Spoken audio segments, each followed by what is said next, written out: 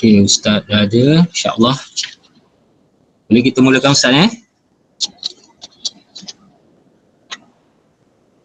Okey. InsyaAllah.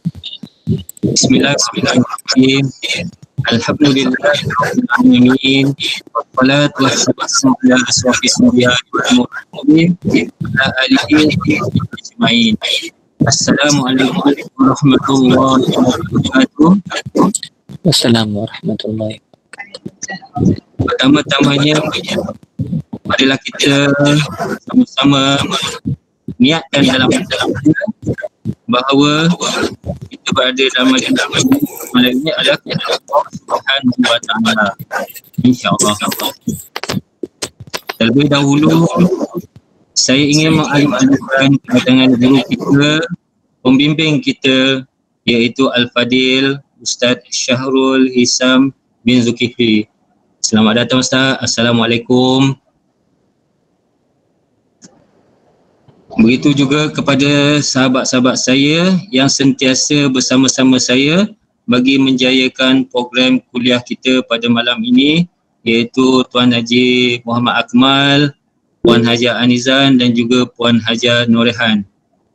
Dan tidak ketinggalan juga buat tuan-tuan haji, tuan-tuan hajah semua, saudara-saudara dan saudari-saudari sekalian, selamat datang saya ucapkan kepada semua. Alhamdulillah, Alhamdulillah, Alhamdulillah.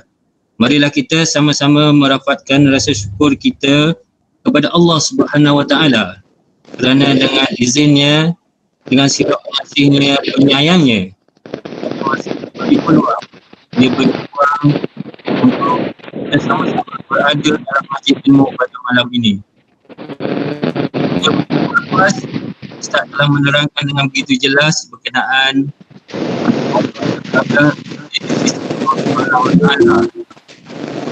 Allah hamba pula. Dalam pemahaman saya tentang qada dan qadar ni Ustaz, contohnya kan, pada malam ini kita semua berada dalam majlis ini adalah qadar Allah sejak azali lagi, dan ketahuan apa yang berlaku sekarang ini adalah qada Allah. Kalau saya silap, tolong katakan Ustaz. Saya akan masa saya serahkan program kuliah kita pada malam ini kepada Ustaz. Kalau dipersilakan Ustaz.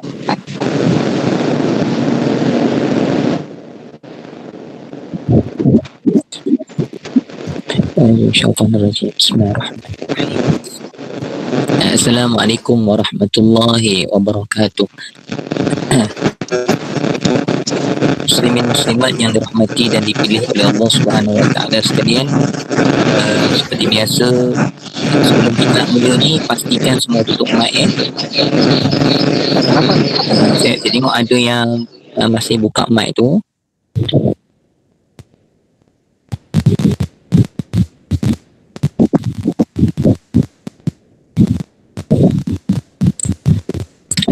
Ada lagi yang jadi masa Abang Zul cakap tadi, bila ada yang buka mic tu suara baru jadi tenggelam. Suara saya okey, dengar jelas tuan-tuan dan perempuan semua. Jelas.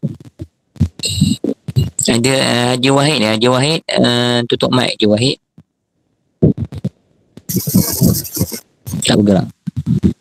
Okey, muslimin muslimat Allah sekalian, seperti biasa kita mulakan pertemuan kita pada malam ini dengan nama Allah Subhanahu wa Ta'ala.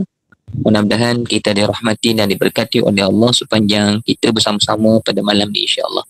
Sama-sama kita mulakan dengan nama Allah. A'udzu billahi minasyaitonir rajim. Bismillahirrahmanirrahim.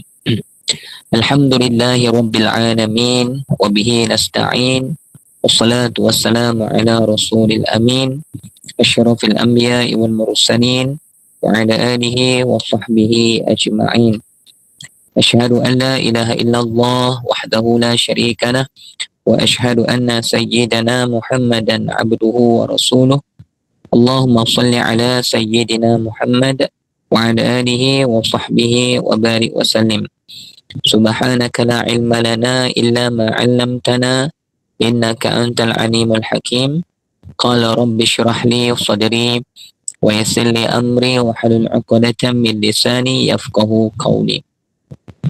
Sama-sama kita menadah tangan, memohon kepada Allah Subhanahu Wa Taala sebagai hamba yang sentiasa lemah dan bergantung harap kepada Allah dalam semua pekerjaan kita, insya-Allah.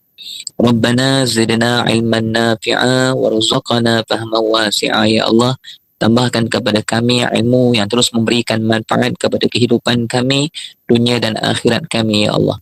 Dan rezekikan kepada kami, ya Allah, kepahaman yang luas tentang agamamu, ya Allah. Allahumma ja'alna min ulama'il amilin. Ya Allah, jadikan kami di kalangan hamba-hambamu yang beramal dengan ilmu yang kami pelajari. Allahumma ja'alna minal mukhlasin. Ya Allah, jadikan kami di kalangan hamba-hambamu yang sentiasa diikhlaskan hati kami untuk menuntut ilmu dan menyampaikan ilmu semata-mata mencari keridaan-Mu, ya Allah. Allahumma ja'alna minal ladzina yastami'una al-qawla fayattabi'una ahsanah. Allahumma faqihna fid din wa 'allimna at-ta'wil wahdina siratal mustaqim bi rahmatika ya arhamar rahimin. Na'udzu billahi min syururi anfusina wa min sayyiati a'malina. Allahumma iftah 'alaina hikmataka wanshur 'alaina min khazaini rahmatika ya arhamar rahimin. Allahumma ya Fattah ya Alim iftah qulubana futuhal 'arifin bi rahmatika ya arhamar rahimin. Wa la haula wa la quwwata illa billahil 'aliyyil 'azim. La haula wa la quwwata illa billahil 'aliyyil 'azim. La haula wa la quwwata illa billahil 'aliyyil 'azim. Amin ya Rabbil Alamin. Amin. Muslimin muslimat yang dirahmati oleh Allah Subhanahu Wa Taala sekalian, mari sama-sama kita melafazkan Alhamdulillahi Rabbil Alamin kehadrat Allah Subhanahu Wa Taala, kerana Allah Subhanahu Wa Taala dialah yang mengenemukan kita pada saat ini. Seperti mana yang Abang Zul sebut tu, sangat-sangatlah betul. Kerana setiap sesuatu itu pasti tidak terlepas daripada qada dan qadar Allah, tuan-tuan ya. Saya ulang balik ya. Setiap sesuatu pasti tidak terlepas daripada qada dan qadar Allah. Tidak akan berlaku sesuatu perkara ini melainkan tertentu dalam qada dan qadar Allah, tuan-tuan ya. Sebab tu kata Nabi SAW, setiap helaian nafas manusia ni, kata Nabi, katanya, maknanya nafas kita ni yang keluar masuk ni, tuan-tuan nak masuk keluar tu, di situlah terlaksananya takdir Tuhan, tuan-tuan ya. Nak ceritanya Nabi nak sebut kepada kita yang bahawasanya setiap saat itu berlakunya takdir Allah. Tak ada sesuatu berlaku di atas alam ini yang luar daripada takdir Tuhan, tuan-tuan ya. Makna kata kita ni adalah hamba yang sentiasa duduk di bawah pentadbiran Allah, sama sekali tidak keluar. Bukan setakat tidak keluar, tidak akan keluar buat selama-lamanya, tuan-tuan ya. Jadi kita memang akan selama-lamanya duduk dalam pentadbiran Allah, takdir Allah, tuan-tuan ya. Sebab tu pada hakikatnya apa yang sedang berlaku ni adalah kehendak Allah. Kehendak kita ni adalah wasilah, tapi hakikat kehendak Allah. Sebab tu kita tak boleh dakwa gini, berlaku ni kerana kehendak saya, tak boleh dakwa gitu, tuan-tuan ya. Hakikatnya kehendak Allah. Dakwa, kalau kita nak dakwa berlaku sesuatu perkara di atas muka bumi ni, kena dakwa Allah, jangan dakwa kita, tuan-tuan ya. Sebab tu orang-orang yang mengaji tauhid ni, tuan-tuan, di perkara paling penting untuk mencapai kepada tauhid hakikat, kepada makrifat, sampai kenal kepada Allah, perkara paling penting adalah kena buang diri. Tuan-tuan ni kena buang diri. Buang diri ni maksudnya kena buang pandangan hati daripada memandang kepada diri. Tuan-tuan, kalau ikut Tok Penali kan, Tok Penali Wali Allah orang Kelantan tu, tuan-tuan, dia antara ungkapan dia yang popular, dia kata jangan sampai terpandang diri. Tuan-tuan ya, ungkapan ni penting, tuan-tuan ya, supaya kita ni nak kenal Allah, kena buanglah memandang kepada kehebatan diri. Sebab tu tuan-tuan, hijab paling besar, hijab ni apa tuan-tuan? Hijab ni dinding, tuan-tuan ya. Dinding yang paling tebal, yang paling besar, yang mendinding lah, yang menindingi kita, tuan-tuan, yang menghijabkan diri kita dengan Allah, yang paling besar adalah keakuan diri kita sendiri. Kita nak nampak Allah macam mana? Kalau kita rasa kita hebat, kita tak nampaklah kehebatan Allah, tuan-tuan ya. Tapi bila kita rasa kita lemah, yang hebat ni bukan kita lah, pemberian daripada Allah. tuan-tuan ya. Jadi bila kita mengaji tauhid ni, perkara asas yang paling penting kena buang kesombongan diri, keakuan diri, tuan-tuan. Sebab tu hanya orang yang benar-benar memahami tauhid dengan sebenar-benar hakikat tauhid itu sahaja yang boleh buang sifat sombong walau sebelah darah sekalipun, tuan-tuan ya. Sombong ni bahaya, tuan-tuan. Sombong ni bahaya nah. Sombong ni adalah dosa pertama yang berlaku di atas alam ini sebelum Nabi Adam turun dekat dunia. Berlaku pada syaitan. Dan sombong itu, tuan-tuan, menyebabkan syaitan itu dimurkai, dilaknat oleh Allah sampai hari kiamat, tuan-tuan ya. Kerana kesombongan syaitan. Mengikut kepada riwayat ulama, tuan-tuan, syaitan ni dia bukan tak diberi peluang oleh Allah untuk bertaubat. Ada satu kali Allah beri peluang untuk dia bertaubat, tapi untuk kali kedua dia tetap tidak mahu mengaku kelemahan diri dia ataupun tidak mahu mengaku untuk tidak sombong kepada Nabi Adam untuk sujud. Dia tetap tidak mahu juga. Maka akhirnya dia memilih diri dia untuk sombong, terus berdendam kepada Nabi Adam. Maka akhirnya sampai kiamatlah dia dilaknat oleh Allah oleh kerana sifat kesombongan diri dia, tuan-tuan ya. Baik tuan-tuan, sifat sombong ni kita sedia maklum, tuan-tuan. Sombong ni Nabi SAW menyebutkan dalam hadis, kata Nabi, tuan-tuan, la yadkhulul jannah, sama sekali tidak akan masuk syurga. Tuan-tuan takut kita dengar hadis ni, tuan-tuan ya. Tuan-tuan, kita semua nak masuk syurga, tuan-tuan tak? Yang ni tak akan masuk syurga, sama sekali tak akan masuk syurga. Walaupun dia ustaz, walaupun dia semayang tak tinggal, walaupun dia pergi haji setiap tahun, walaupun dia sedekah banyak mana sekalipun, tuan-tuan, walau banyak mana ibadat dia sekalipun, tuan-tuan, tak akan masuk syurga. Kata Nabi, man kana fi qalbihi, barang siapa dalam hati dia ada mithqala dzarrah min kibr. Ni yang paling kita takut, tuan-tuan ya. Kita tak akan dapat masuk syurga selama mana dalam hati kita ada sifat sombong walau sebelah zarrah sekalipun, tuan-tuan. Ni bahaya, tuan-tuan ya. Jadi sifat sombong sebelah zarrah ni besar mana, tuan-tuan? Zarrah ni terlalu kecil, terlalu halus, tuan-tuan ya. Zarrah ni kata ulama kecil, dia lebih kecil lah daripada kuman tu, tuan-tuan. Maksudnya terlalu kecil zarrah ni, tak nampak pada pandangan mata. Jadi dalam hati kita ni tak boleh sombong. Maka ulama menyatakan apa itu sombong, tuan-tuan. Kata ulama, sombong yang sekecil-kecil sombong tu ialah sifat ujub yang ada dalam hati kita, tuan-tuan. Orang yang ada ujub itu sudah ada sombong, sekecil-kecil sombong. Dia ujub ni, tuan-tuan, maksudnya apa? Ujub ni maknanya perasan ke diri, tuan-tuan ya. Dia kata, aku ni rajin tak sama dengan orang lain. Aku ni rajin beramal, aku ni rajin kuliah, aku ni hebat aku ni tu. Dia tak habis-habis dia sebut aku, tuan-tuan ya. Aku ni cerdik, aku ni pandai masak, aku. Dia perasan ke diri dengan perkataan aku dalam diri dia. Maka ulama kata itulah sekecil-kecil sombong yang kita kena buang, tuan-tuan ya. Jadi kalau sudah sampai kita ni rasa hebat diri, sampai kita sudah mula mengangkat dada kita jalan ke depan, dan sampai tahap kita tak boleh dengar cakap orang dah, sampai kita rasa kita ni tak boleh nak ditegur, tu dah sombong besar dah tu, tuan-tuan. Tu dah sombong besar dah, tuan-tuan ya. Jadi sombong, kecil-kecil sombong tu bila dalam diri kita seorang-seorang, perasan seorang-seorang diri kita, tak ada kaitan dengan orang pun, tuan-tuan. Tapi kalau dah kaitan dengan orang, mula hina orang, mula jalan pun dah dengan dada naik ke atas. Dia yang kata Nabi, kata Allah Subhanahu Wa Taala Al-Quran, kata Allah, wala tamshi fil ardi maraha, jangan kamu jalan di atas muka bumi Allah dalam keadaan mengangkat dada, sombong. Itu dah terlalu, dah besar dah sombong tu. Tu jauh lagi nak masuk syurga Allah Subhanahu Wa Taala, tuan-tuan ya. Jadi saya nak sebut apa, keakuan diri tadi tak boleh ada dalam hati kita, tuan-tuan ya. Jadi macam mana yang sebutkan oleh Abang Zul tadi, maknanya kita dapat bersama-sama ni pun kita kena pandang kurniaan Allah, tuan-tuan ya. Bukan kerana kita ni ada kelebihan ke, ataupun kita ni ada kemuliaan ke, tak ada. Semua kerana kemuliaan Allah yang Allah Subhanahu Wa Taala pinjamkan, bukan milik kita, pinjamkan kepada kita. Jadi kita kena mengaku semuanya adalah kepunyaan daripada Allah. Tuan-tuan dan perempuan, saya nak anak-anak murid saya yang belajar dengan saya ni boleh buang benda ni, tuan-tuan ya. Buang sifat aku ni, buang habis, jangan ada. Kalau ada kita rasa kemuliaan kebaikan kita, saya nak kita semua faham pada malam ni, anak-anak murid saya semua sekali kena sebut ni Allah punya, ni Allah punya, sentiasa sebut macam tu, tuan-tuan ya. Orang kata kita rajin macam mana pun, alhamdulillah, kita tak rasa memiliki apa-apa, semuanya adalah pemberian daripada Allah, tuan-tuan. Sebenarnya itulah yang Allah Subhanahu Wa Taala sedang uji kita, tuan-tuan ya. Hakikatnya, tuan-tuan, nikmat itu bukan sekadar diuji oleh Allah sama ada nikmat tu kita gunakan ke jalan Allah. yang tu sudah besar tuan-tuan ya. Ada perkara yang sebelum tu lagi yang Allah uji kita sebenarnya tuan-tuan ya. Nikmat ni bukan sekadar Allah nak tengok kalau dapat harta tu diberi ke jalan Allah ke tidak, bukan sekadar itu. Sebelum nak guna harta ke jalan Allah, sebelum tu lagi Allah uji sebenarnya tuan-tuan ya.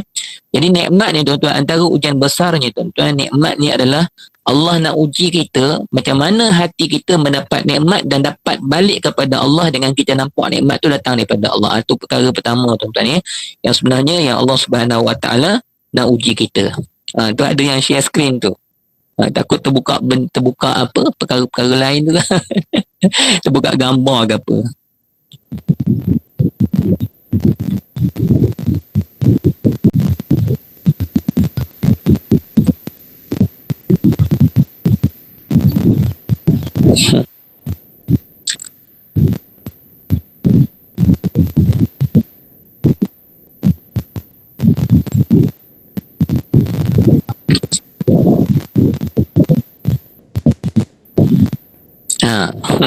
Tuan-tuan ya. Dia tuan-tuan, kalau kita pandang takdir Tuhan, yang tu pun termasuk takdir Allah juga tuan-tuan ya. Tu Allah belaka tu. Tuan-tuan tak? Dia bila kita baik pada Allah ni, tak ada suatu perkara yang kita lihat di atas alam ni berlaku secara kebetulan. Mungkin Allah Subhanahu Wa Taala mendatangkan keadaan-keadaan ni untuk kita praktikal terus. Maksudnya nampak tu terus saya boleh sebut dengan tuan-tuan. Jadi perkara tu pun berlaku dalam kehendak Allah, dalam qada dan qadar Allah tuan-tuan ya. Baik tuan-tuan, jadi saya nak sebut dengan tuan-tuan perkara mengenai dengan keakuan diri itu supaya kita semua ni tuan-tuan, tidak ada seorang pun di kalangan kita ni yang dimurkai oleh Allah kerana dengan nikmat kita mengaku kita punya kehebatan. Jangan tuan-tuan ya. Jadi Allah uji dapat nikmat ni, kita balik ke siapa? Tuan-tuan ya, bila dapat nikmat, ya Allah syukur, ya Allah kau beri kepada aku tuan-tuan ya. Jadi hakikatnya tuan-tuan, itulah di antara hikmah besar kita belajar qada dan qadar Allah. Itu kebaikan belajar qada dan qadar Allah. Tuan-tuan kena yakin 100% apa yang sedang kita buat ni semua dalam takdir dia, dan kita kena tahu apa yang kita buat ini bermula dengan kehendak Allah baru hadir kepada kita. Jadi tak ada tempat kita nak pandang kita yang mulakan dulu, tak ada. Semuanya bermula dengan Allah. Semua kena syukur kepada Allah, semua kena balik kepada Allah. Itu dari segi asasnya akidah kita, dari segi qada dan qadar, itu dah yang kita kena pegang ya. Baik, kita sambung kepada kita punya perkongsian untuk memahami qada dan qadar Allah tuan-tuan ya. Tuan-tuan saya nak sebut juga, oleh kerana tuan-tuan ni dah mengaji dengan saya tuan-tuan ya. Jadi saya nak turunkan ijazah zikir tuan-tuan ya. Anak murid saya di mana di Pasir Gudang, tak kira mana-mana pun tuan-tuan ya, bila belajar dengan saya maka masing-masing kena ada amalkan zikir tuan-tuan ya. Jadi tuan-tuan, kita semua kena selalu sebut Allah, Allah banyak-banyak dalam hati ya tuan-tuan ya. Amalkan mulai hari ni nah. Allah, Allah, Allah tu saya turunkan zikir tu tuan-tuan ya. Dia tuan-tuan, zikir ni tuan-tuan, saya nak sebut sikit lah tentang bahasan zikir, dia sebut sikit lah. Dia zikir ni penting untuk bawa hati kita bersih, dan semakin kita dekat dengan Allah dan akan terkeluar sekalian sifat-sifat mazmumah dan dia akan semakin mudah untuk kita dapat kembali sentiasa kepada Allah bila kita ingat Allah banyak-banyak. Dan yang paling penting, akan tercabut sifat keakuan tu. Aku tu akan terbuang. Bila kita sebut banyak Allah, Allah, akhirnya kita akan jadi orang yang sangat-sangat merendah diri, tak ada sombong tuan-tuan. Kita akan rasa semua milik Allah. Jadi kesan zikir tu dia akan bawa kepada ke arah tu tuan-tuan ya. Walaupun perbahasan zikir ni dia ada martabat, dia ada 5 martabat zikir. Darjat zikir tu ada 5. Maksudnya zikir Allah ni dia akan naik ke atas sampai ke 5 lah, sampai tahap tajalli, sampai tahap tajalli. Tapi tak apa, itu lain kali saya akan cerita dengan tuan-tuan ya. Jadi zikir Allah tu dia akan tembus sampai 5 pangkat dia tuan-tuan, tak apa nah. Nanti yang lain kali kita akan ceritakan. Yang penting tuan-tuan, saya turunkan ijazah zikir itu untuk 24 jam sepanjang masa dalam kereta di mana-mana, jalankan Allah tu tuan-tuan ya. Baik, zikir Allah ni tuan-tuan, saya sebut sikit nah. Dia sebagai zikir darajat. Tuan-tuan ya. Dia zikir Allah ni, ataupun kita kata Allah, perkataan Allah tu tuan-tuan, dia adalah zikir yang paling agung tuan-tuan ya. Zikir Allah ni dia adalah jadi sifat-sifat yang lain, Ar-Rahman, Ar-Rahim itu nama-nama bagi sifat. Allah yang bagaimana? Allah yang Ar-Rahman, Allah yang Ar-Rahim, tuan-tuan. Tapi bila sebut Allah, Allah tu bukan sifat, itu nama bagi zat. Diri Allah tu nama dia Allah, tuan-tuan. Adapun Ar-Rahman, Ar-Rahim, Al-Malik, Al-Qudus, Al-Jabbar, Muntakim dan sebagainya, itu nama bagi sifat, sifat-sifat Allah. Tapi nama bagi diri zat Allah tu adalah Allah. Allah, tuan-tuan. Jadi sebab tu nama Allah tu adalah nama yang paling agung. Allah tu sendiri adalah nama yang paling agung. Ismullahil Azam, tuan-tuan. Baik, tuan-tuan. Zikir Allah ni, tuan-tuan, adalah zikir sekalian para wali lah, tuan-tuan. Mana-mana kitab-kitab ulama-ulama besar, Syekh Abdul Qadir Jalani ke siapa-siapa pun, tuan-tuan akan tengok macam Imam Ghazali dan sebagainya, tuan-tuan. Maka mereka akan menyebut tentang zikir Allah ni sebagai zikir tarikat yang mereka amalkan sepanjang kehidupan mereka, tuan-tuan. Baik, tuan-tuan, zikir Allah ni, tuan-tuan, ada beza tak kalau tuan-tuan ambil Allah ni daripada buku, tuan-tuan, daripada kawan-kawan, dengan tuan-tuan ambil daripada jalan tarikat yang besar, ada beza ke tak ada, tuan-tuan? Jawapannya ada beza, tuan-tuan. Dia, tuan-tuan, kalau tuan-tuan, saya nak sebut zikir ni, kalau kita ambil zikir daripada buku, ataupun mungkin tuan-tuan sebelum ni pernah terbaca mana-mana buku, okey, zikir Allah ni kelebihan ni, tuan-tuan pun amal, tuan-tuan. Tapi tuan-tuan amal daripada buku, tuan-tuan. Amal daripada buku takkan sama kalau kita amal ambil daripada guru atas guru, dia tak sama, tuan-tuan. Kelebihan dia macam ni, tuan-tuan. Saya nak sebut gini lah, nak jelas perkara ni pun nak perlu dia sampai habis juga, tuan-tuan. Dia kalau kita ambil zikir daripada buku, contohlah Allah tu sendiri, tuan-tuan.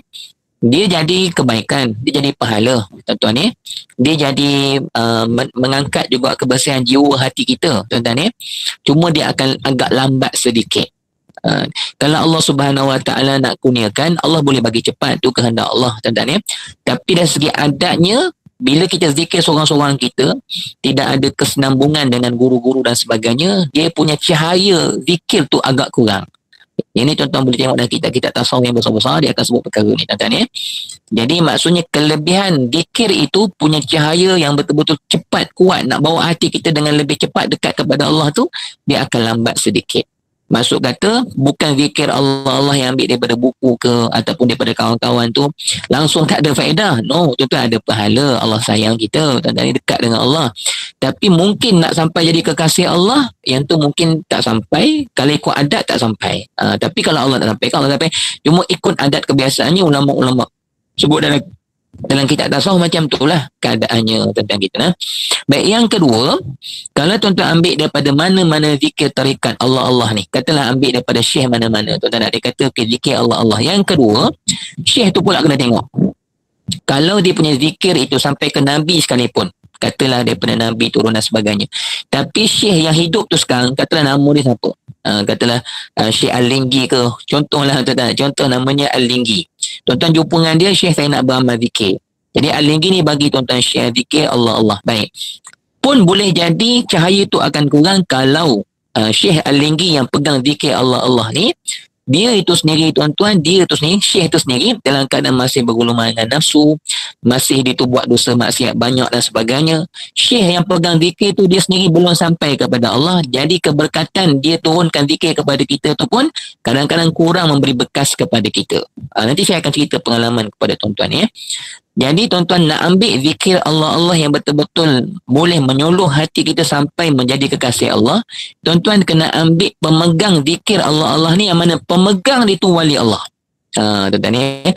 Orang yang bawa zikir, yang pegang khasiat zikir tu, dia tu sendiri adalah orang yang telah habis perjalanan hati dia kepada Allah. Maksudnya nafsu dia dah habis dah, mazmumah dah tak ada dah. Dia tu sendiri banyak karamah yang Allah beri, wali-wali Allah lah. Pendek ceritanya macam tu, tuan-tuan ya. Baik ya. Jadi insya-Allah guru kita Syekh Abdullah tu, tuan-tuan, insya-Allah dia adalah wali-wali Allah, insya-Allah, tuan-tuan ya. Banyaklah karamah dia dan sebagainya.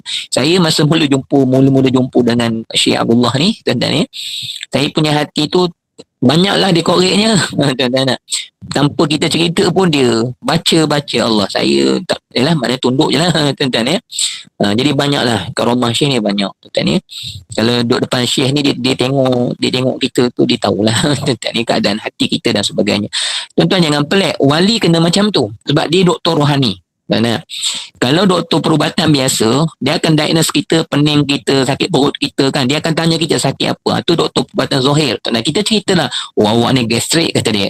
Doktor rohani tuan-tuan, dia perlu tengok apa benda hati kita sebab dia nak betulkan hati kita. Jadi tuan-tuan kita, antara bukti Syekh ni adalah seorang pemegang zikir dan dia tu sendiri memang orang yang sampai kepada Allah, wali-wali Allah tuan-tuan. Antara buktinya, kalau saya sendirilah tuan-tuan ni, sebenarnya saya beramal zikir Allah ni dah lama, dah lama. Sebelum saya jumpa dengan Syekh pun saya memang dah beramal dengan zikir Allah ni dengan guru yang lain tuan-tuan ni. Tapi bila saya bawa zikir ni daripada guru yang lain, zikir yang sama. Zikir yang sama, cuma ambil daripada orang lain-lain tuan-tuan ni. Jadi zikir yang sama. Jadi tuan-tuan, saya bawa-bawa tu saya rasa sama je hati saya kan. Saya mula beramal zikir Allah umur 16 tahun tuan-tuan ni. Tapi saya rasa keadaan tu macam tak ada perbezaan sangat. Maksiat tu maksiat juga tuan-tuan. Tapi ada rasa takut dengan Allah. Tapi kita rasa nak buang habis tu payah. Tuan-tuan ni. Sampai saya jumpa dengan Syekh Abdullah ni. Syekh suruh kita zikir Allah ni tuan-tuan. Kesan dia saya rasa ya Allah terlalu laju sangat. Terlalu banyak sangat Allah beri, terlalu cepat. Itu bukti, maksudnya zikir yang Syekh turunkan tu adalah datang daripada rahmat kasih sayang Allah, daripada nur cahaya yang Allah Subhanahu Wa Taala beri keberkatan daripada Syekh yang pernah zikir tu. Ada seorang Ustaz Amsyari nama dia di kat Melaka. Tuan-tuan ya. Ni anak murid Syekh dekat Melaka, Ustaz Amsyari. Dia ambil tarikat zikir Ahmadiyah, zikir tarikat Ahmadiyah tuan-tuan ya. Zikir Allah juga 15 tahun. 15 tahun tuan-tuan. Dia tak ada rasa perubahan hati yang banyak lah. Bila jumpa dengan Syekh Abdullah, bawa zikir Allah juga, zikir yang sama, dia rasa peningkatan kepahaman dia tentang Allah tu berubah dengan begitu cepat, diri dia berubah akhlak dengan begitu cepat, dan dia rasa dia punya hati dengan Allah tu maknanya berjalan kepada Allah semakin terasa. Itulah yang kami lalui anak-anak murid Syekh. Jadi tuan-tuan, saya turunkan tuan-tuan zikir Allah ni yang telah diizinkan oleh Syekh. Yang saya pernah beritahu Syekh kata sampai, kata ada masalah. Daripada saya dan daripada dia lah, saya dekat Johor ni sebagai anak murid dia tuan-tuan yang bawa pengajian ini, dan saya bagi pada tuan-tuan insyaAllah tuan-tuan amalkanlah, insyaAllah tuan-tuan akan lebih cepat akan terasa hati itu dibuka oleh Allah satu persatu untuk semakin bersih akhlak kita, untuk semakin kita takut dengan Allah, semakin kita menjadikan kehidupan kita ni tak ada apa-apa melainkan kita nak redha Allah. Itu yang saya rasa tuan-tuan ya. Kalau dulu saya rasa sukar, saya nak jadikan hidup saya ni 24 jam tu nak menuju kepada Allah tu susah. Tapi bila kita bawa zikir Syekh Abdullah ni, bawa Allah ni tuan-tuan, memang benda tu, satu lagi saya nak sebut tuan-tuan, antara tanda zikir itu datang daripada wali-wali Allah yang sebenar, dia bagi je tuan-tuan zikir tu, dia suruh je tuan-tuan buat, tuan-tuan secara automatik tak boleh lupa dah zikir tu tuan-tuan. Itu tanda berkat, tanda berkat. Dan ni, sebenarnya saya ambil zikir dengan Syekh, dia kata zikir, bila dia suruh kita zikir tu berjalan tu, dia Alhamdulillah sentiasa kita ingat. Itu tanda dia sebut tu berkat, dan zikir tu berjalanlah hati kita. InsyaAllah saya turun kat tuan-tuan ni, InsyaAllah tuan-tuan takkan lupa insyaAllah. InsyaAllah tuan-tuan, ini saya dah turunkan, tuan-tuan dapat ni akan lahir dalam hati tuan-tuan insyaAllah tuan-tuan ya. Jadi ni ada tanya kan, Ustaz satu hari sebut Allah berapa banyak. Dia gini, tak ada kiraan. Bangun tidur jalan je Allah kita lah. Allah. Tapi tak perlu sebut kuat-kuat. Sebutlah hati saja. Ajar hati bagi berjalan. Tanya, maknanya teringat je sebut. Sepanjang masa kalau orang perempuan tengah masak ke, tak kosong dah lah. Masak tu sambil goreng Allah. Jangan masak pasal Hindustan ke apa. Dah tak rugi dan hilang keberkatan masak kita tu. Jangan kita sambil-sambil lipat baju tengok Korea ke apa, jangan Jadi maknanya sambil-sambil lipat baju Allah dan sebagainya tuan-tuan ya. Kita yang dah agak berumur ni tuan-tuan yang bersama dengan saya malam ni, lebih utama untuk banyak sebut zikir Allah tuan-tuan ya. Baik, sebenarnya penting untuk tuan-tuan amalkan perkara ni, kerana bila saya mengajar tuan-tuan tauhid nanti, dengan tuan-tuan ada zikir yang berjalan, subhanallah, cukup cepat Allah buka kepahaman itu, dan cukup cepat tuan-tuan akan semakin belajar untuk yakin kepada Allah, semakin lama semakin kuatlah hubungan tuan-tuan dengan Allah Subhanahu Wa Taala. Tuan-tuan zikir tak boleh lari, kena ada. Dalam perjalanan kita nak menuju kepada Allah, kena ada alat, kata Syekh tuan-tuan ya. Jadi alat kita apa dia? Alat kita zikir lah tuan-tuan ya. Jadi alat tu adalah enjin untuk terus menjalankan hati kita supaya hati kita terus running, hidup sepanjang masa tuan-tuan kita. Kalau ikutkan memang wali-wali Allah tu berada pada keadaan tu. Kata Allah lah Al-Quran, alladzina yadhkuruna Allaha qiyaman wa qu'udan wa 'ala junubihim wali-wali Allah tu mereka ingat kepada Allah dalam keadaan bangun, berdiri, duduk, sentiasa mereka ingat kepada Allah. Tu mak kilau, tuk janggut, tuan-tuan ya. Mereka-mereka yang memperjuangkan kemerdekaan di negara kita, yang penjajah tak boleh nak cantas kepala dia orang, tuan-tuan. Sebab mereka ni zikir sepanjang masa mereka berjalan hati mereka dengan Allah. Tuan-tuan, tak apa terputus, tak apa, ingat jalan balik. Bila tuan-tuan ingat, itu tanda Allah Subhanahu Wa Taala nak menghidupkan hati kita untuk memperjalankan perkara tersebut. Amalkan banyak-banyak, teruskan. InsyaAllah nanti adalah keterbukaan. Kalau tuan-tuan ada dapat suatu perkara, bila rujukkan saya, tuan-tuan ya. Ustaz, saya zikir Allah ni, saya ada rasa gitu, sebut kat saya, tuan-tuan ya. InsyaAllah nanti saya boleh perjelaskan lah. Macam-macam lah keadaan tu. Ada yang mimpi lah, tuan-tuan. Tapi janganlah kita harap benda-benda macam tu, tuan-tuan ya. Kita zikir ni maknanya bila kita zikir ni, tuan-tuan, maknanya kita nak dekat daripada Allah lah. Cuma saya sekadar sebut tu, kadang-kadang ada setengah orang dia dapat petanda-petanda apa-apa benda tu, tuan-tuan ya. Kadang-kadang tak ada apa-apa, kadang-kadang sebagai rangsangan saja daripada Allah, tuan-tuan ya. Sekejap ya.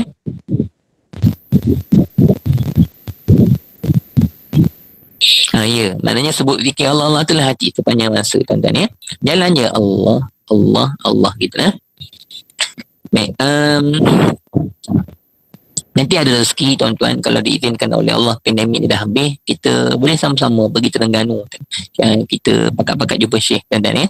Baik, jadi tuan-tuan nak menyambung kepada qada dan qadar Tuhan tadi, tuan-tuan ya. Jadi saya selitkan zikir itu supaya bila kita cerita pasal qada qadar ni, kita punya hati ni tenang dengan Allah, dan dalam keadaan kita memahami qada dan qadar ni tidak menjadikan kita rusing ataupun kita mempersalahkan Allah, bila hati kita ni bersih dan kita punya tujuan belajar nak cari keredaan Allah, tuan-tuan kita nah.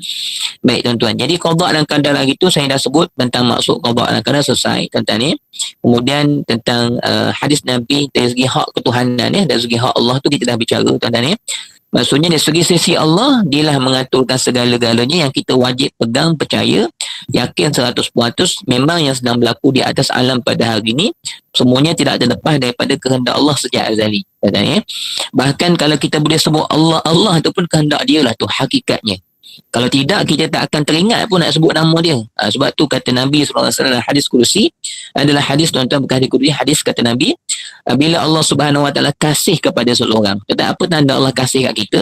Kata Nabi SAW, orang ni bila Allah kasih, Allah akan sibukkan hati dia untuk banyak sebut nama Allah.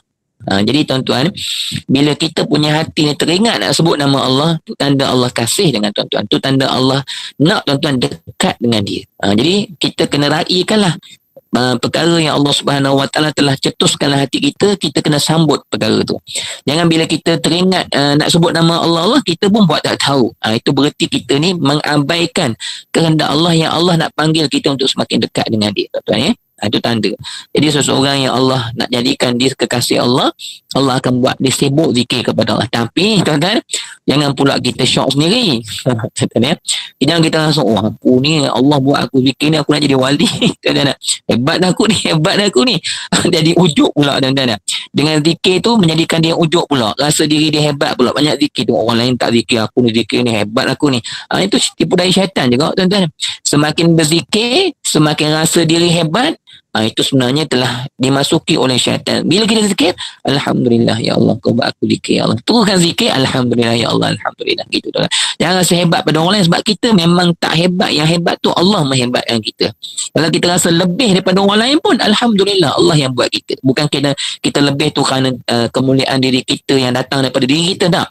Allah Subhanahu Wa Taala punya segala-galanya, tuan-tuan ya. Jadi kita tak akan banding diri kita dengan orang lain, rasa lebih pada orang lain, nak hina orang, tak ada. Sebab kita tahu semua milik Allah belaka, tuan-tuan ya.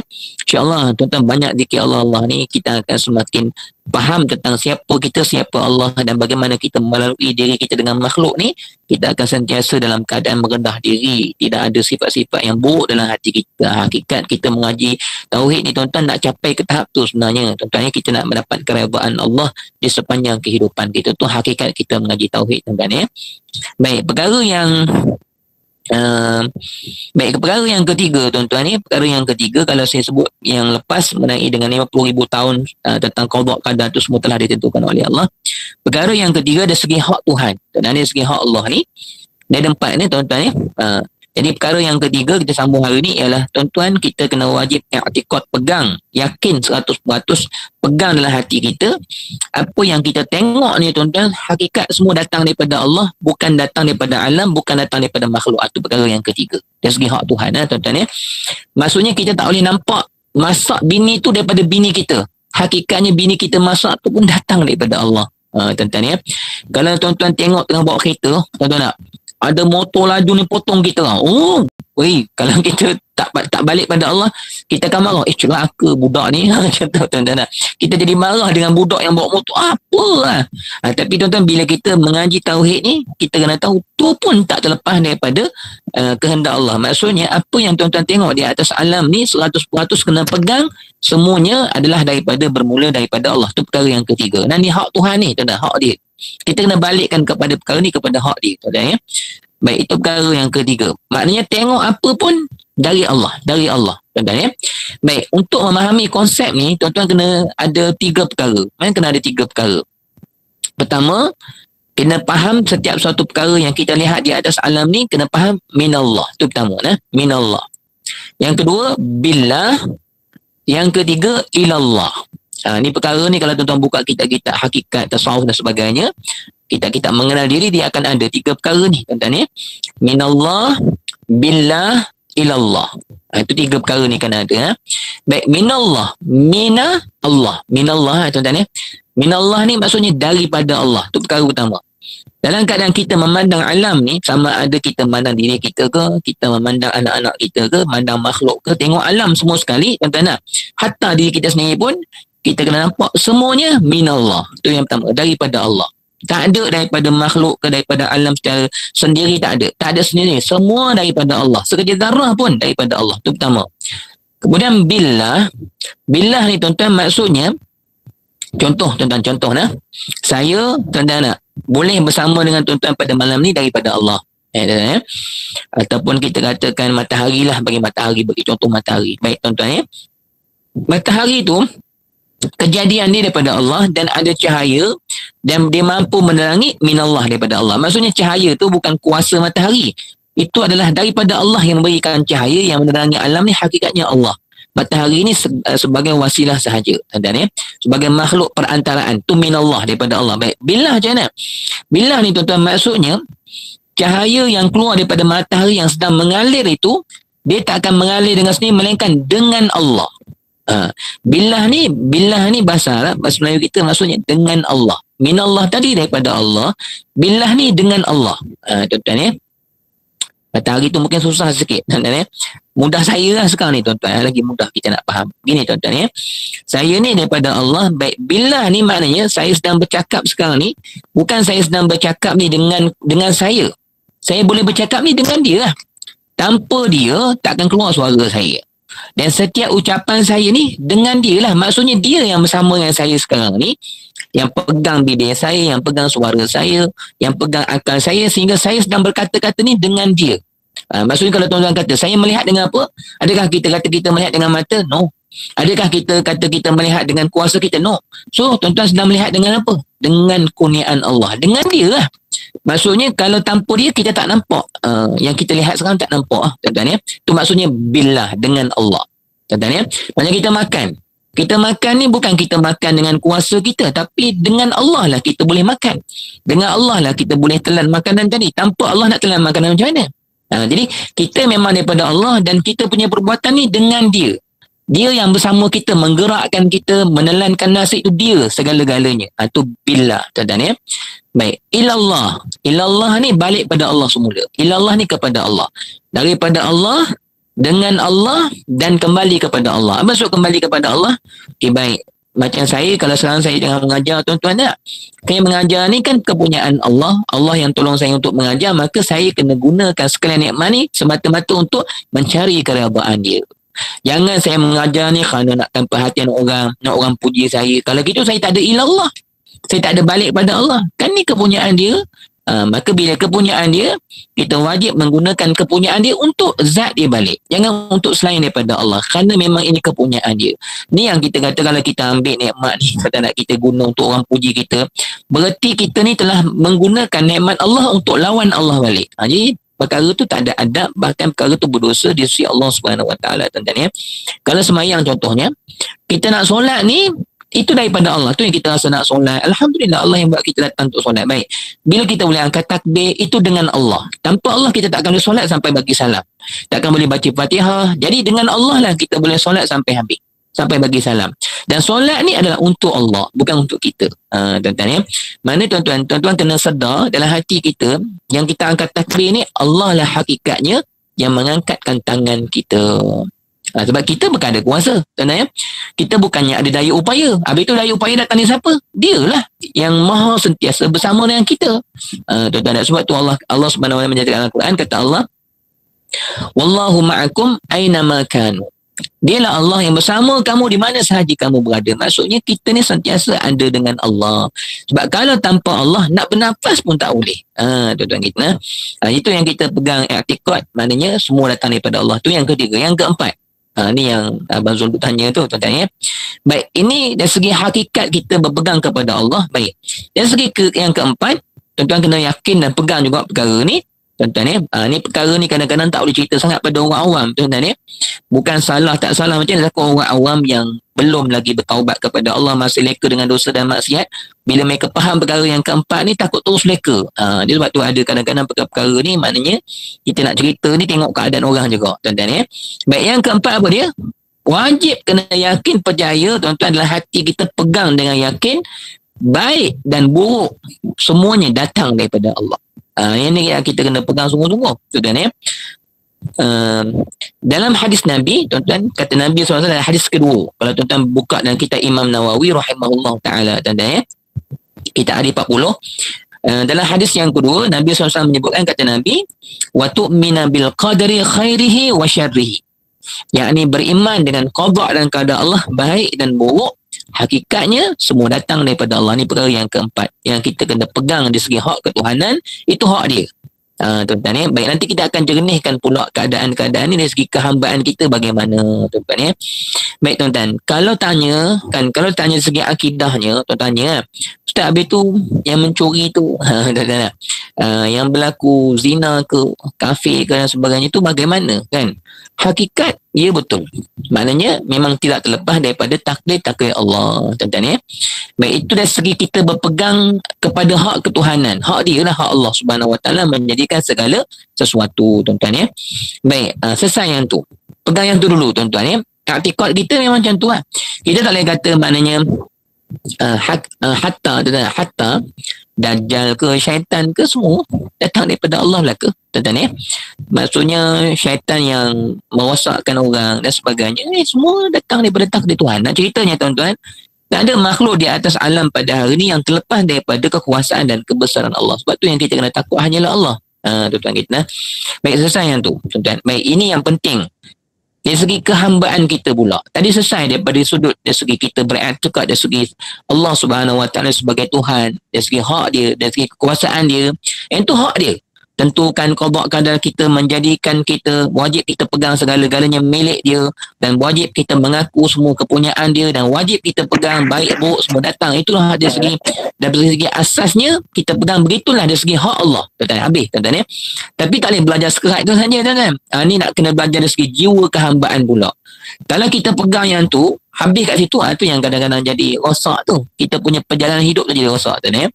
Sebab tu saya kata yang baik buruk datang daripada Allah ni tak boleh sebarkan sangat kepada orang awam, tuan-tuan. Nak contoh gini, tuan-tuan ya. Ni tuan-tuan kena jaga, tuan-tuan ya. Contoh, tuan-tuan, ada berlaku perkara-perkara yang buruk pada sahabat-sahabat kita. Contohnya apa, tuan-tuan? Contohlah kata, tuan-tuan, ada sahabat, na'udzubillah, tuan-tuan ya. Ada sahabat-sahabat kita yang entah macam mana tiba-tiba dia terlakukan dosa zina, contoh zina dengan bini orang, contoh na'udzubillah, tuan-tuan ya. Contoh je lah, tuan-tuan ya. Dan dia mengadu pada kita, dia kata, man, Allah, aku ni menyesalnya, ya Allah, man, dia kata aku dah zina dengan bini orang ni, suaminya tak tahu. Tuan-tuan tak, perkara ni kadang-kadang memang berlaku. Anak murid saya seorang, ya, sekolah saya tu, ni ada yang terbuka mic. Abang Zul boleh tutupkan. Abang Zul sebagai min boleh tutup tu. Abang Zul sebagai host boleh tutupkan. Ada yang tak perasan. Abang Zul tekan dekat gambar dia. Dah. Okey. Nanti dia akan keluar. Okey, baik ya. Saya dekat sekolah, tuan-tuan ya. Ada seorang anak murid saya darjah 6. Bila saya tengok dia termenung, tuan-tuan nak. Ini cerita betul, tuan-tuan. Dia kata, budak lelaki. Saya kata, kenapa awak termenung ni? Kan? Bila saya sebut pasal mak tu, dia terus masam muka. Tuan-tuan. Dia cerita dengan saya, dia kata, Ustaz, dia kata, saya tahu semua kejahatan mak saya. Dia tak suka dengan mak saya. Dah jandam ni, tuan-tuan. Dia kata, kenapa? Dia kata, mak saya, Ustaz, dia kata, zina dengan orang. Dia kata. Saya kata, mana awak tahu kan? Awak dah jandam dan sebagainya. Dia kata, Ustaz, dia kata, saya tahu sebab saya buka handphone mak saya. Dia kata, awak tahu buka handphone, mana bukti kan? Kadang buka handphone mungkin tengok gambar. Tak, Ustaz, ada video. Dia kata, video yang macam mana kan? Saya kata, mungkin video awak nampak macam mana? Tak ada cerita detail. Maka saya tahulah, memang betul lah mak dia zina. Tapi masalah pergi rakam. Ni manusia ni akhir zaman macam tu, suka rakam tu kan. Benda buruk-buruk macam tu dia rakam. Jadi anak dia tahu. Jadi dia dah cerita kat adik-adik mak dia dan sebagainya. Tapi ayah dia tak tahu. Tuan-tuan, kalau ayah dia tahu, saya tak tahulah macam mana. Tuan-tuan. Baik, kalau berlaku peristiwa macam tu, apa pegangan hati kita? Tuan-tuan, secara hakikat kita kena pandang yang tu memang datang daripada Allah yang mentakdirkan segala sesuatu. Baik tuan-tuan, kalau ada kawan-kawan kita mengadu macam tu, boleh tak kita cakap, tak apa leman, kau sabarlah kan, Allah takdirkan kau zina tak macam mana? Tuan-tuan, jangan tuan-tuan, astagfirullahaladzim, jangan sebut benda-benda macam tu. Sebab tu saya kata, nak cerita pasal qada qadar semua buruk baik buruk datang daripada Allah, tengok orang. Orang buat maksiat, kita nak bagi dia kata tak apalah, Allah yang memang takdirkan. Akhirnya dia akan rasa lapang dada. Oh ya, maknanya bukan salah aku lah. Dan tak boleh kita cerita perkara-perkara pasal qada qadar buruk baik datang daripada Allah pada kaki-kaki maksiat, dia akan rasa macam tak ada apa-apa dengan maksiat dia. Tapi segi hakikatnya bukan macam tu. Kalau kita nak jernihkan keadaan tu, dia ada bahasan kehambaan macam mana. Cuma kita jangan celupa mulut cakap macam tu. Tuan-tuan, macam saya, tak apalah, sabarlah, nama anak murid saya kan, katalah Aiman, sabarlah Aiman kan, nama macam mana Allah takdir. No, jangan cakap macam tu tuan-tuan. Yang tu kita cakap macam tu, maknanya pegangan ataupun kita ajar orang pegang macam tu, pegangan itu akan membahayakan diri dia lagi. Kita sebenarnya, kita nak ajar orang Islam, kita nak ajar orang Islam tuan-tuan, nak ajar Islam kepada mereka, bukan ajar Islam yang menghanyutkan mereka. No, kita nak ajar Islam kepada mereka, Islam yang membangkitkan semangat untuk mereka bertaubat balik kepada Allah. Jadi kadang-kadang percakapan kita tu pun tuan-tuan nak kena jaga juga tuan-tuan ya. Kadang-kadang kita tenangkan orang dengan takdir. Tak boleh kita pegang takdir semata-mata tu kita nak nasihatkan orang tuan-tuan. Jangan kita nasihat nampak zahirnya macam betul, kita buat takdir, betul lah tuan-tuan. Tapi hakikatnya kadang-kadang mematahkan hati orang ataupun menyebabkan orang terus leka dengan dosa dan maksiat tuan-tuan. Contohnya tuan-tuan, ada berlaku perceraian, contoh kan, katalah ada sahabat kita cerita, man aku cerai dah dengan bini aku kan, kita kata tak apalah kan, kita kata kat dia, contoh siapa nama tuan-tuan, siapa-siapa lah tuan-tuan, tak terlintas nama nak sebut, katalah A kata tak apalah, nak macam mana takdir Allah tentukan kau cerai kan tuan-tuan. Cakap begitu sebenarnya tak menaikkan semangat, bahkan man ni kata ayolah nak macam mana aku redha. Sepatutnya kita kena cakap begini, man kau cerai dah, itulah man, kau kena muhasabah man kan, mungkin ada kekurangan hubungan kau dengan Allah. Sepatutnya cakap macam tu. Maknanya Allah Subhanahu Wa Taala dia tidak menjadikan perceraian tu dengan saja-saja. Hakikat betul datang daripada itu yang kita kena faham nilai kehambaan tadi tuan-tuan. Nanti kita akan bahas perkara satu persatu tuan-tuan. Kata man tu lah, maknanya takdir Allah, tapi kita kena muhasabah man. Mungkin kita jauh dengan Allah, mungkin kita punya keluarga hari tu masa kita bersama man, kau tak bawa anak bini kau semayang kan, dekat diri kepada Allah, kau biar anak bini kau tak semayang, ataupun kau sendiri mungkin garang sangat ke, muhasabah diri. Jadi bukannya kita pandang takdir Tuhan, kita tenangkan orang dalam keadaan mereka jatuh pada perkara-perkara yang buruk dan sebagainya, kita tenangkan mereka dengan takdir, akhirnya mereka tak ada muhasabah diri, yang dia kena jaga juga tuan-tuan ya. So saya kata nak sebut takdir Allah ni kena betul keadaan untuk kita sebut tu. Bukan kita sebut tu main sebut je, bila ada benda buruk ni takdir Allah, ni takdir Allah. No tuan-tuan, tak boleh tuan-tuan ya. Tapi tuan-tuan, takdir baik yang tu memang confirm kena sebut takdir Allah. Itu memang semua kena balik kepada Allah, sebab memang kita kena sebut macam tu. Sebab benda baik kita kena sebut kepunyaan Allah supaya orang yang buat baik dia sedar diri dia hamba yang perlu bersyukur kepada kurniaan Allah. Bukan maknanya dengan kebaikan dia rasa sombong. Itu memang kena sebut takdir Tuhan. Kena sebut. Man, kalau dia kata aku ni kan 2-3 hari ni man, rasa tahajud tak tinggal man. Rajin saya tahajud ni, ya Allah, sedap betul lah rasa. Kadang-kadang dia duk asyik dengan seorang-seorang diri dia, tuan-tuan nak sebut balik, kata Leman kan, engkau boleh tahajud pun kena syukur Allah Subhanahu Wa Taala juga yang buat kau. Kadang-kadang dia tak sedar. Oh ya juga, kalau Allah tak tolong saya, macam mana saya nak bangun tahajud setiap malam, betul lah. Jadi bila benda baik, memang kita kena sebut takdir Allah supaya manusia tidak terus sombong ataupun melupakan anugerah dan nikmat daripada Allah. Tapi takdir buruk jangan. Takdir buruk kalau kita terus sebut takdir Allah dan kita putus macam tu sahaja, manusia akan berlepas diri dan akhirnya akan reba dengan sekadar reba gitu tanpa nak muhasabah diri, nak rasa dosa dengan Allah dan sebagainya, tuan-tuan ya. Jadi satu lagi konsep ni, tuan-tuan, dalam Al-Quran ni segi nilai kehambaan, tuan-tuan ya. Ni tentang Allah dah habis lah, tuan-tuan. Nilai kehambaan yang kita kena faham dalam memahami qada dan qadar Allah ni, tuan-tuan, kita kena pegang sungguh-sungguh apa yang Allah Subhanahu Wa Taala suruh kita dalam Al-Quran. Apa kata Allah, tuan-tuan? Kata Allah, ma asabaka min hasanatin fa min Allah. Setiap perkara yang baik kamu kena pegang daripada Allah. Ini ayat Quran. Ayat Quran, tuan-tuan ya. Allah dah suruh kita awal-awal beritahu benda yang baik, semua yang baik-baik kamu kena sebut ni daripada Allah. Allah sama sekali tak bagi kita sebut yang baik datang dari diri kita. Jangan, Allah tak bagi sebut yang tu. Bahkan Allah Subhanahu Wa Taala memberikan kita ancaman yang besar. Kalau kita mengaku kebaikan tu datang daripada diri kita, dan Allah beri kita ancaman yang besar. Dalam hadis Nabi SAW menyatakan dalam hadis Qudusi, tuan-tuan, kata Allah, barang siapa yang memakai pakaianku, kata Allah, ridai, kata Allah, at-takabbur ridai, sombong itu pakaian aku, kata Allah. Siapa yang memakai pakaian kesombongan, ambil pakaian yang aku punya, kamu pakai pada diri kamu, kata Allah, maka aku tak heran kamu masuk dalam neraka Jahannam sedalam mana pun aku takkan kisah tentang kamu masuk dalam mana-mana neraka sekalipun. Sejauh mana kamu masuk, kata Allah dalam hadis Qudusi. Dan ya, maksudnya Allah sangat-sangat tak bagi kita sebagai hamba mengaku kelebihan, kekuatan, kemuliaan tu kita punya. Jadi yang tu kita kena jagalah, berjaga-jaga dari segi ancaman Allah supaya kita ni setiap sesuatu minallah, balik daripada Allah, tuan-tuan ya. Baik, yang kedua kata Allah, wa ma asabaka min sayyi'atin famin nafsik. Setiap yang buruk kamu kena balik pada diri kamu sendiri. Ni Allah Subhanahu Wa Taala suruh kita pegang dari segi hamba kita. Yang baik datang daripada Allah, yang buruk tu datang daripada kita. Hakikat betul datang daripada Allah segala-galanya, tapi tak boleh kita hanya berserah kepada keburukan takdir itu, tetapi kita kena melihat, tuan-tuan ya, setiap takdir yang Allah Subhanahu Wa Taala tentukan kepada kita ada hikmah yang perlu kita belajar, tuan-tuan ya. Jadi satu perkara penting yang saya nak sebut dengan tuan-tuan pada malam ni, tuan-tuan ya. Tuan-tuan kena pegang macam ni. Pegang macam ni, tuan-tuan ya. Setiap sesuatu yang Allah buat di atas alam ni, tuan-tuan, walaupun kita faham setiap nafas kita keluar masuk ni takdir Allah, ya betul. Dan satu lagi konsep yang tuan-tuan kena faham ialah takdir Allah ni dia tak akan berlaku dalam keadaan baik atau buruk tu datang dengan tiba-tiba ataupun datang dengan saja-saja. Saja-saja je Allah nak buat begitu, Allah nak buat begini. Dia takkan saja-saja, tuan-tuan ya. Setiap sesuatu yang Allah buat takdir di atas alam ni, tuan-tuan, ada perkara pengajaran yang perlu kita belajar. Itu tuan-tuan kena pegang sungguh-sungguh tu. Berlaku penceraian ke, berlaku zina ke, berlaku kes curi ke, rumah kita masuk pencuri.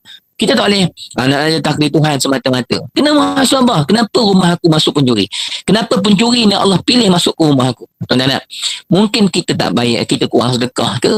Mungkin kita pernah tolak duit, pernah tolak orang fakir miskin datang kepada kita. Dulu kita pernah orang miskin minta sedekah, baliklah kau, tak payahlah kan. Mungkin kita pernah tidak menyantuni orang miskin. Contohnya, tuan-tuan, kita tidak menyantuni, tidak merahmati orang-orang yang susah tolong kita, maka akhirnya Allah ganti perkara yang lebih buruk sehingga sampai harta kita hilang, pencuri masuk dan sebagainya sebagai teguran daripada Allah. Jadi jangan macam mana berlaku, kita kena tengok setiap perkara yang buruk itu ada benda yang perlu kita belajar. Hatta jatuh atas dosa dan maksiat, kenapa jatuh dan sebagainya, tuan-tuan, tu yang kita kena pegang faham, tuan-tuan ya.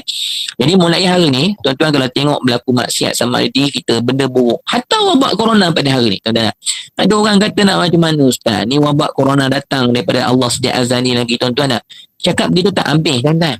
Kita nak cakap pasal takdir Tuhan ni biar sampai habis. Maksudnya takdir Allah sebut dan sebut kehambaan sekali. Itu baru habis. Jangan kita balik kepada Allah saja, tu stop kepada Tuhan. Tuan-tuan. Maksudnya wabak memang betul datang daripada Allah, tapi kenapa Allah datangkan kepada kita? apa yang Allah nak ajar kepada kita sebagai hamba. Tengoklah maksiat kita banyak mana hari ni tuan-tuan. Tengoklah kelekaan manusia hari ni sebanyak mana tuan-tuan. Dengan media-media sosial yang melampau-lampaunya tuan-tuan. Dengan TV-nya tuan-tuan. Bukan cerita-cerita sekadar TV 1, TV 3 sekarang ni. Astro pun ada duk layan tiap-tiap hari tuan-tuan.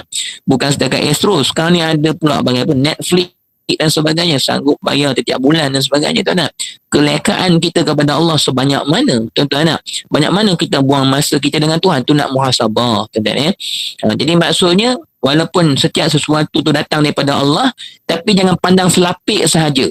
Pandang Allah dan pandang nilai kehambaan. Dari segi hamba, apa yang Allah nak ajar kita.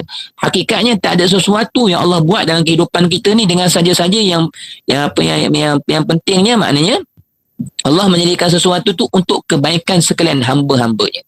Gitu tuan-tuan ya. Baik. Muslimin muslimat mata sekalian ya. Sikit lagi kita sambung. Baik. Dari sudut pandang sisi manusia pertama. Bermaksud sisi manusia pertama tuan-tuan ya. Baik tuan-tuan. Yang buruk dan jahat daripada usaha kita. Baik tuan-tuan ya. Yang saya sebut dengan tuan-tuan tadi, wa ma asabaka min sayyi'atin fa min nafsik, itu satu lagi yang saya nak sebut ni, yang pertama tuan-tuan ya.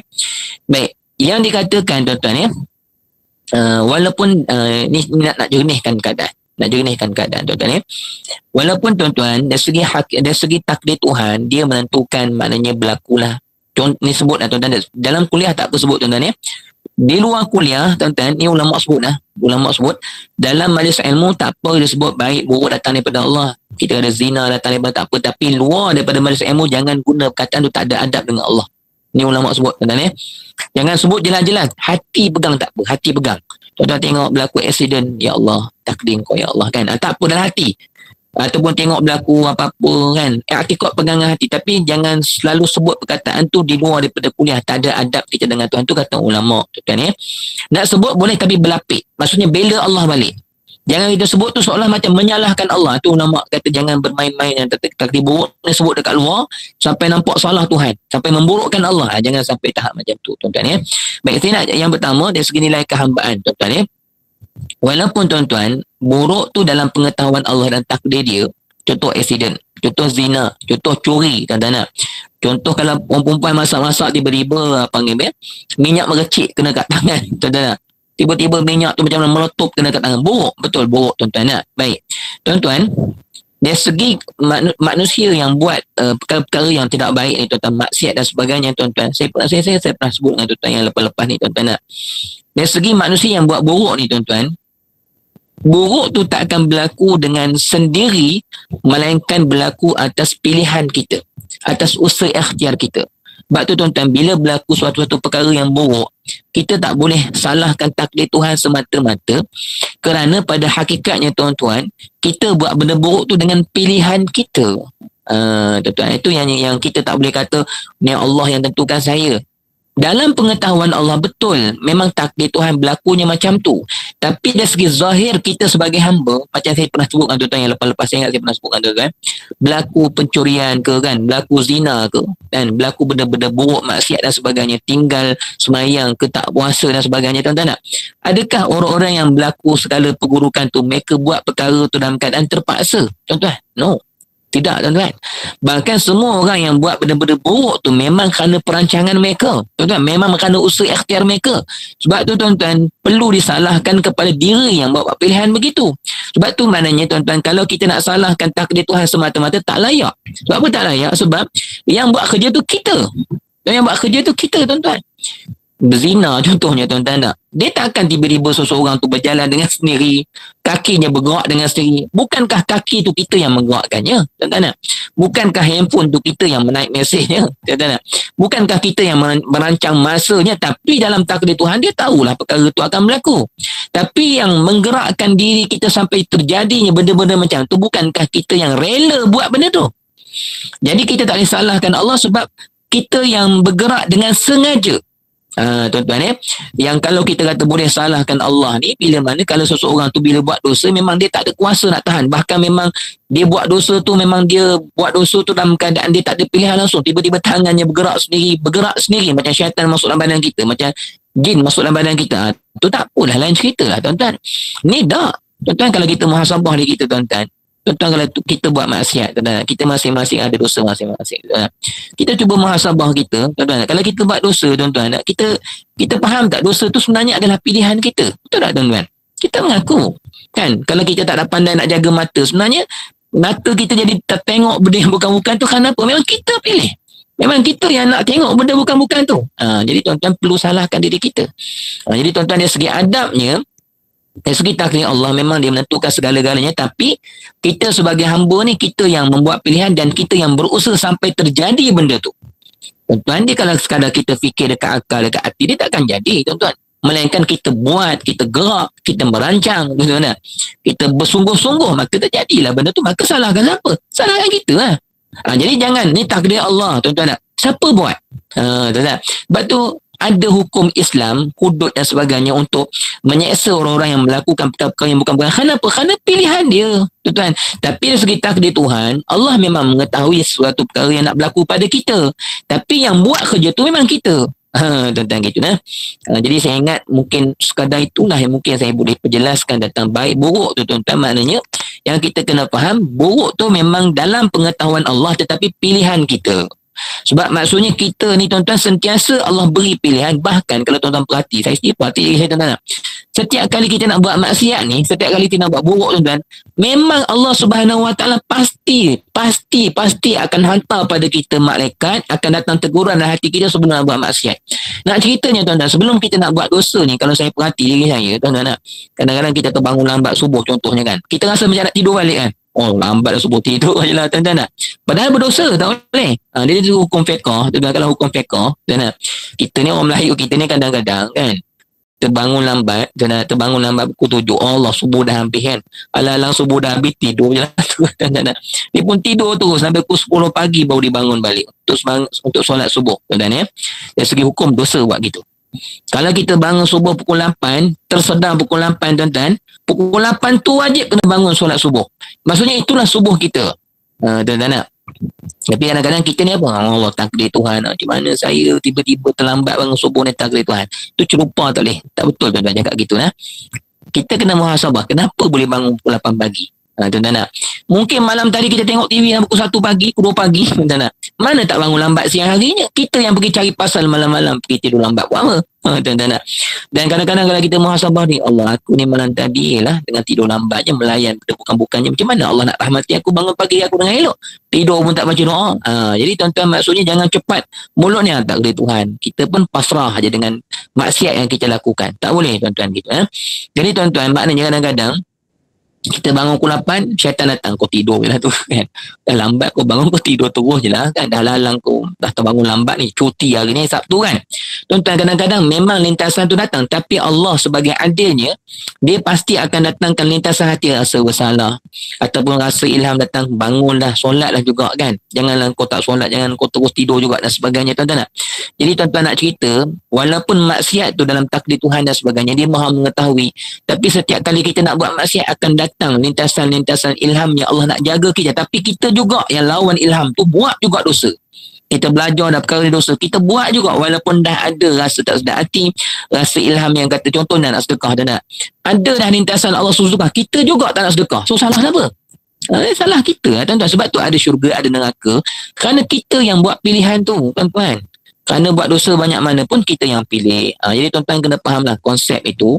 Jadi cuma sekarang ni, tuan-tuan, saya nak sebut, jangan bila kita betulkan kita punya kuliah malam ni, kita belajar, tuan-tuan, jangan sama sekali lepas daripada ni kita nampak je dosa maksiat, Allah takdir Tuhan, tadi ni tak sembahyang, takdir Tuhan. No, tuan-tuan, kita kena balik pada diri manusia yang buat pilihan macam tu. Kan orang yang tak solat tu maknanya dia sendiri yang buat pilihan, tak nak solat, tak nak balik pada Allah, tak nak belajar. Diri dia sendiri yang melakukan perkara tersebut. Sebab tu dia layak dimasuk dalam neraka Allah, sebab usaha ikhtiar dia yang melakukan perbuatan-perbuatan tersebut. Dalam takdir Tuhan, Allah Maha mengetahui dah, itulah keadaan-keadaan dia. Tapi dari segi hamba, dialah yang merancang semua perkara tu. Tak akan berlaku maksiat kalau dia tak usaha sampai ke arah tersebut. Dan kadang-kadang nak buat maksiat tu, Allah halang dah, tapi dia buat juga. Memang salah dia, sebab dia sendiri yang memang berusaha sampai menjadi ke arah tersebut, tuan-tuan. Sebab dalam pilihan dia macam ni. Kalau tuan-tuan nak tengok takdir Tuhan sekarang, tuan-tuan, tangan saya ni, tuan-tuan, tangan saya ni Allah tahu dah saya akan gerak kanan kiri, Tapi tuan-tuan, maksudnya sekarang saya ada pilihan tak tangan saya ni? Ada. Kan, okey, saya nak angkat. Boleh? Nak turun boleh? Nak ke kiri boleh? Tapi Allah dah tahu dah saya akan ke kiri kanan itu. Allah dah tahu dah. Tapi maksudnya dalam pilihan saya sekarang ni, saya nak bangun. Saya nak bangun lah. Boleh? Tuan-tuan nak. Ataupun saya rasa saya nak berhenti lah. Boleh? Tuan-tuan. Tapi hati saya, tabur lah dulu. Sambung lagi. Allah tahu semua perkara tu. Allah tahu. Tapi sekarang ni, realiti sekarang ni, adakah saya terpaksa? Tuan-tuan nak. Sama ada saya nak batalkan kuliah tiba-tiba kan. Tak terpaksa, saya boleh buat pilihan. Sama ada saya nak teruskan ke dan sebagainya. Tuan-tuan. Maka begitulah dosa pahala. Kita sentiasa memilihnya. Tuan-tuan nak. Kalau kita buat perkara yang baik bersungguh-sungguh, maka Allah dengan takdirnya menolong kita dan sebagainya. Gitulah tuan-tuan ya. Jadi saya rasa tuan-tuan sekadar tu dulu untuk hari ni. Tuan-tuan ya. Sebab saya memang dah bincang dengan Abang Zul, insyaAllah tuan-tuan ya. Kita kuliah mula pukul 9, 10.30 habis tuan-tuan ya. Saya faham keadaan tuan-tuan ya, sebab mungkin ada tuan-tuan yang ada suami kan, ada isteri dan sebagainya. Hari minggu lepas tu sampai pukul 11 lebih saya rasa macam berdosa dengan anak murid saya tuan-tuan. Jadi ada kerja esok pagi dan sebagainya. Jadi sebagai meraihkan tuan-tuan jugalah tuan-tuan ya. Jadi 10.30 tu kita berhentilah. Mana habis kuliah kita 10.30 kita berhenti tuan-tuan ya. Mungkin ada yang nak buat kerja, nak tidur awal dan sebagainya tuan-tuan ya. Jadi ada lagi sambungannya. Nanti kita akan sambung sikit lagi tuan-tuan ni tentang qada dan qadar Tuhan ni. Dia banyak akan masuk pada i'tiqad Jabariyah Qadariyah tu. Saya akan cerita pada kuliah-kuliah akan datang tuan-tuan ya. Cuma malam ni kita habiskan setakat tu. Maksudnya saya nak sebut tadi apa pasal kehambaan tadi. Pertama, kehambaan tadi kita kena faham setiap takdir Allah bukan sengaja Allah takdirkan. Kita sentiasa kena ambil pengajaran. Bahkan kalau orang-orang yang memang tak biasa dengan akidah, tak biasa mari masjid, tuan-tuan jangan sebut qada qadar ni nanti. Jangan sebut dulu. Kita kalau jumpa dengan mereka ni, sentiasa ajar mereka untuk muhasabah diri. Kenapa sampai mereka boleh melakukan perkara tersebut, tuan-tuan ya. Jangan terus kita cantas mereka ni dengan takdir Tuhan. Takut mereka ni jadi tidak ada rasa keinsafan diri, terus pegang kepada Allah, maknanya mereka tak ada apa-apa. Sebab saya tengok dalam TV tu tuan-tuan banyak macam tu. Artis-artis banyak pegang macam tu tuan-tuan. Macam saya tengok Datuk Aida tu kan, penerbit tu, dia kahwin dah 7 kali ke tuan-tuan. Ke-7 ke-6 saya pun tak ingat lah tuan-tuan. Bila cerai kali yang ke-6 pun dia kata takdir Allah. Maka netizen kat bawah pun komen, betul lah Datuk Aida nak macam mana, dah jodoh Datuk setakat Datuk. Semua netizen komen gitu tuan-tuan. Kalau ikut kan tak betul pegang macam tu. Maksudnya kita dengar orang cakap takdir Tuhan, kita pun reba, kita pun mengaku ni semua takdir Tuhan tuan-tuan. Seolah-olah kita nampak Allah buat suatu perkara ni sekadar nak cerita perkara ni sekadar begitu sahaja Allah buat, sedangkan kita tak ambil pengajaran daripada kenapa Allah buat macam tu. Sepatutnya Datuk Aida tu saya cerita secara umum, tak apa sebab memang dia cerita secara umum tuan-tuan, disebut dalam melodi dan sebagainya tuan-tuan. Sepatutnya dia kena muhasabah diri dia, kenapa sampai 7 kali, 6 kali dan sebagainya, mana silap dia, mana hubungan dia dengan Allah dan sebagainya tuan-tuan. Sepatutnya netizen tak boleh pegang perkara-perkara maksiat ni takdir Tuhan tu. Satu saya kata ramai hari ni masyarakat kita yang salah faham tentang takdir Tuhan ni, sehingga mereka apa-apa pun takdir. Yang paling buruk keadaan manusia hari ni tuan-tuan, yang buruk takdir Allah, yang baik dia punya, ni terbalik dah. Sedangkan Allah ajar kita yang baik Allah punya, yang buruk kita kena muhasabah diri. Hari ni manusia terbalik dah. Yang buruk Allah belaka. Macam mana Allah takdir saya macam ni? Allah yang buruk salahkan Allah, yang baik ni saya. Saya lah punya usaha ikhtiar ni, saya punya kepandaian ni saya punya kehebatan. Baik dia, buruk Allah. Sedangkan Allah suruh kita apa? Baik Allah, buruk kita. Ni tuan-tuan kena betulkan. Ni tanggungjawab kita tuan-tuan, supaya maknanya nak bagi orang faham akidah ni biar betul mereka punya i'tiqad, pegangan mereka dengan Allah Subhanahu Wa Taala tuan-tuan ya. Dan yang terakhir ni, kalau tuan-tuan ada persoalan lah nak tanya dengan saya tentang qada qadar ni, apa-apa benda yang tak faham lagi, boleh kita perjelaskan insya-Allah tuan-tuan ya. Ingat tuan-tuan, ingat saya pesan, berlaku benda buruk muhasabah diri lah. Ingat yang tu, berlaku cerai, berlaku anak degil, berlaku anak main dadah, jangan takdir Allah Ustaz macam mana, saya dah didik dia. Banyak orang cakap macam tu tuan-tuan, bukan setakat anak murid saya, bahkan orang bapa saudara saya kat kampung dan sebagainya. Kadang-kadang mereka sendiri pun sama-sama keluarga kita pun banyak yang cakap macam tu. Bila ada tangkap polis kes dadah tuan-tuan, ayah datang jumpa balai polis, cakap dekat balai polis, ni cik, tuan saya ni dah jenuh dah didik anak saya ni untuk buat perkara baik, dan akhirnya jadi macam ni juga. Saya nak buat macam mana? Ni semua Allah punya kehendak. Tak boleh cakap gitu tuan-tuan. Adalah salah kita. Sepatutnya tak boleh cakap macam tu, sebab kalau ikut perhatian saya tengok memang betul. dia terlalu garang dengan anak dia, tuan-tuan, tak mesra langsung, anak dia stres, tuan-tuan. Maka kita kadang-kadang nak anak kita jadi baik, kita hantar dia sekolah tahfiz dan sebagainya, tapi kemesraan kita dengan anak langsung tak ada. Jadi anak ni, tuan-tuan, dia belajar tahfiz tapi di balik rumah dia stres tengok ayah dia. Anak dah besar ni, tuan-tuan, duk tengking anak-anak dia sampai jiran duk dengar, tuan-tuan. Anak ni dah umur sampai 16, 17, bukan kita layan dia macam budak-budak umur 7, 8 tahun nak tengking-tengking macam tu. Dan akhirnya anak ni dia rasa macam hidup dia tak disayangi dan sebagainya. Akhirnya dia berkawan dengan orang luar dan sebagainya, tuan-tuan. Jadi kita kok mana-mana pun, tuan-tuan, ada suatu keburukan dan sebagainya, semua balik kepada kesalahan kita. Sebab Allah Subhanahu Wa Taala ni dia tak pernah zalim hamba-hamba dia. Maksudnya bukan saja Allah nak zalim, melainkan Allah nak beri pengajaran kepada kita perbuatan buruk kita, tangan kita yang buat buruk tu sebenarnya, tuan-tuan, yang balik kepada kena muhasabah diri kita lah, tuan-tuan. Adalah kesalahan kita di celah-celah mana-mana tu yang perlu kita muhasabah diri kita, tuan-tuan, ya. Kita tu ada apa-apa sebarang persoalan nak tanya? Ya Allah, la haula wala quwwata illa billahil azim. Assalamualaikum Ustaz. Waalaikumsalam warahmatullahi. Ya, silakan. Saya nak tanya, adakah doa boleh Adakah doa boleh mengubah takdir Tuhan? Ya.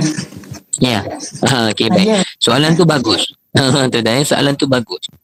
Okey, soalan tu sebenarnya saya pun tak tertulis dalam saya punya catatan nota. Terima kasih banyak. Alhamdulillah, ilham daripada Allah, tuan-tuan, ya. Baik.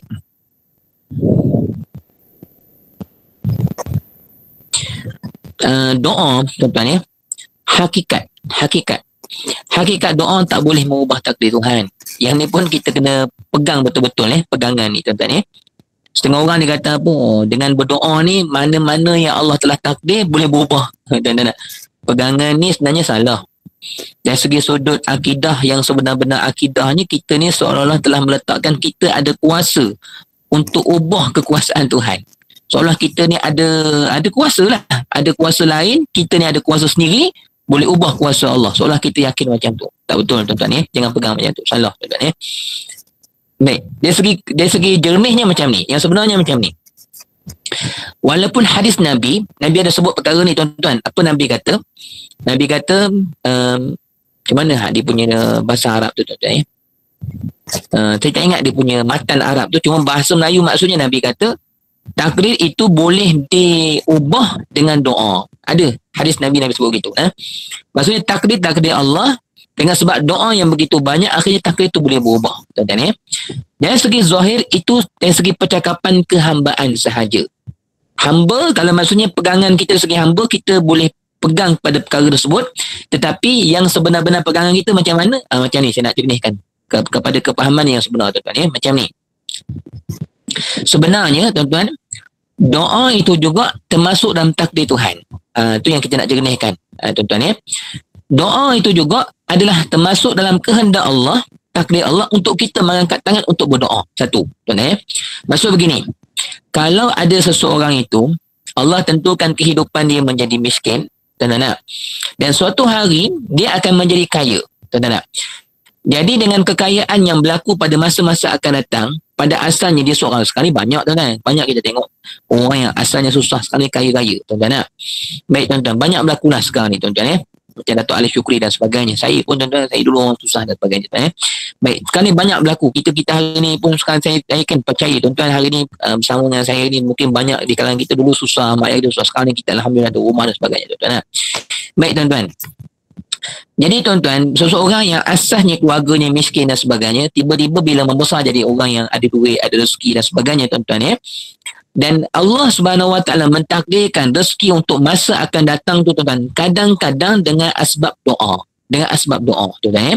Dan bila Allah nak ubah seseorang itu daripada miskin menjadi kaya, Allah Subhanahu Wa Taala jugalah yang mentakdirkan doa itu sebagai sebab untuk dia menjadi kaya. Tuan-tuan, ya. Mana kata doa yang dipohonkan itu juga termasuk dalam takdir Allah, dan Allah lah yang berkehendak dengan asbab doa itu dia menjadi kaya. Ada orang, asbab ikhtiar, ada asbab dia mungkin keturunan dia, tuan-tuan, dia miskin, tiba-tiba ada mana-mana bapa saudara dia tiba-tiba bagi dia projek dan sebagainya, dia kaya dia. Asbab daripada orang. Ada setengah-setengah orang dengan doa. Tapi bukan maksud doa itu daripada Allah nak jadikan kita miskin. Contoh, tuan-tuan, miskin, Tiba-tiba kita berdoa, doa kita ni Allah terpaksa ubah takdir dia jadi kaya orang ni sebab kita telah mengubah takdir Tuhan. No. Kita tak boleh pegang gitu tuan-tuan. Kita bukan ada kuasa. Kita bukan berkuasa untuk lawan kuasa Allah. Tak boleh. Bahkan doa kita tu sebenarnya dalam takdir Allah. Dialah yang berkehendak kita mengangkat tangan untuk berdoa. Dan dengan doa itulah Allah menjadikan, sebab doa itu Allah makbul, sebab doa itu menjadikan kita kaya. Baik, itu yang kedua. Yang ketiga. Ni yang ketiga tuan-tuan ya. Yang ketiga, nanti saya jawab soalan anda. Yang ketiga tuan-tuan, sekarang ni tuan-tuan, kalau kita kata macam tu, habis tu kenapa saya perlu berdoa? Tuan-tuan nak? Anda kata doa ni tak boleh mengubah takdir dan sebagainya, perlukah saya berdoa sekarang ni tuan-tuan nak? Kalau saya doa nak jadi kaya, tiba-tiba takdir tak menentukan saya jadi kaya, tak ada faedah saya berdoa. Okey, baik, ini tuan-tuan. Yang ketiga, tuan-tuan ya, sekarang ni tuan-tuan, kita semua, termasuklah saya, semua kita tak tahu adakah kita berdoa ini termasuk dalam takdir-takdir Allah untuk ubah kehidupan kita. Kita tak tahu. Kan eh?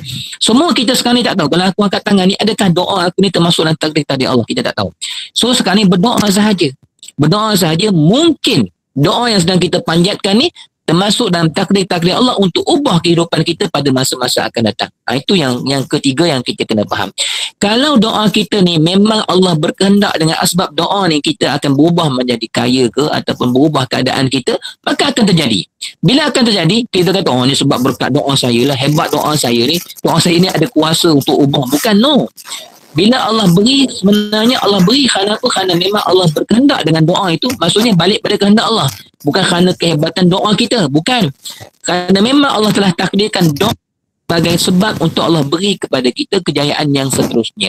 So doa itu juga dalam kehendak Allah. Sekarang kita tak tahu. Kan kalau kita berdoa ni, adakah doa ni termasuk ke tak termasuk? Baik, lebih baik berdoa. Berdoa sahaja. Baik tuan-tuan. Dari segi sudut tasawufnya pula, tuan-tuan nak, berdoa memang kena berdoa.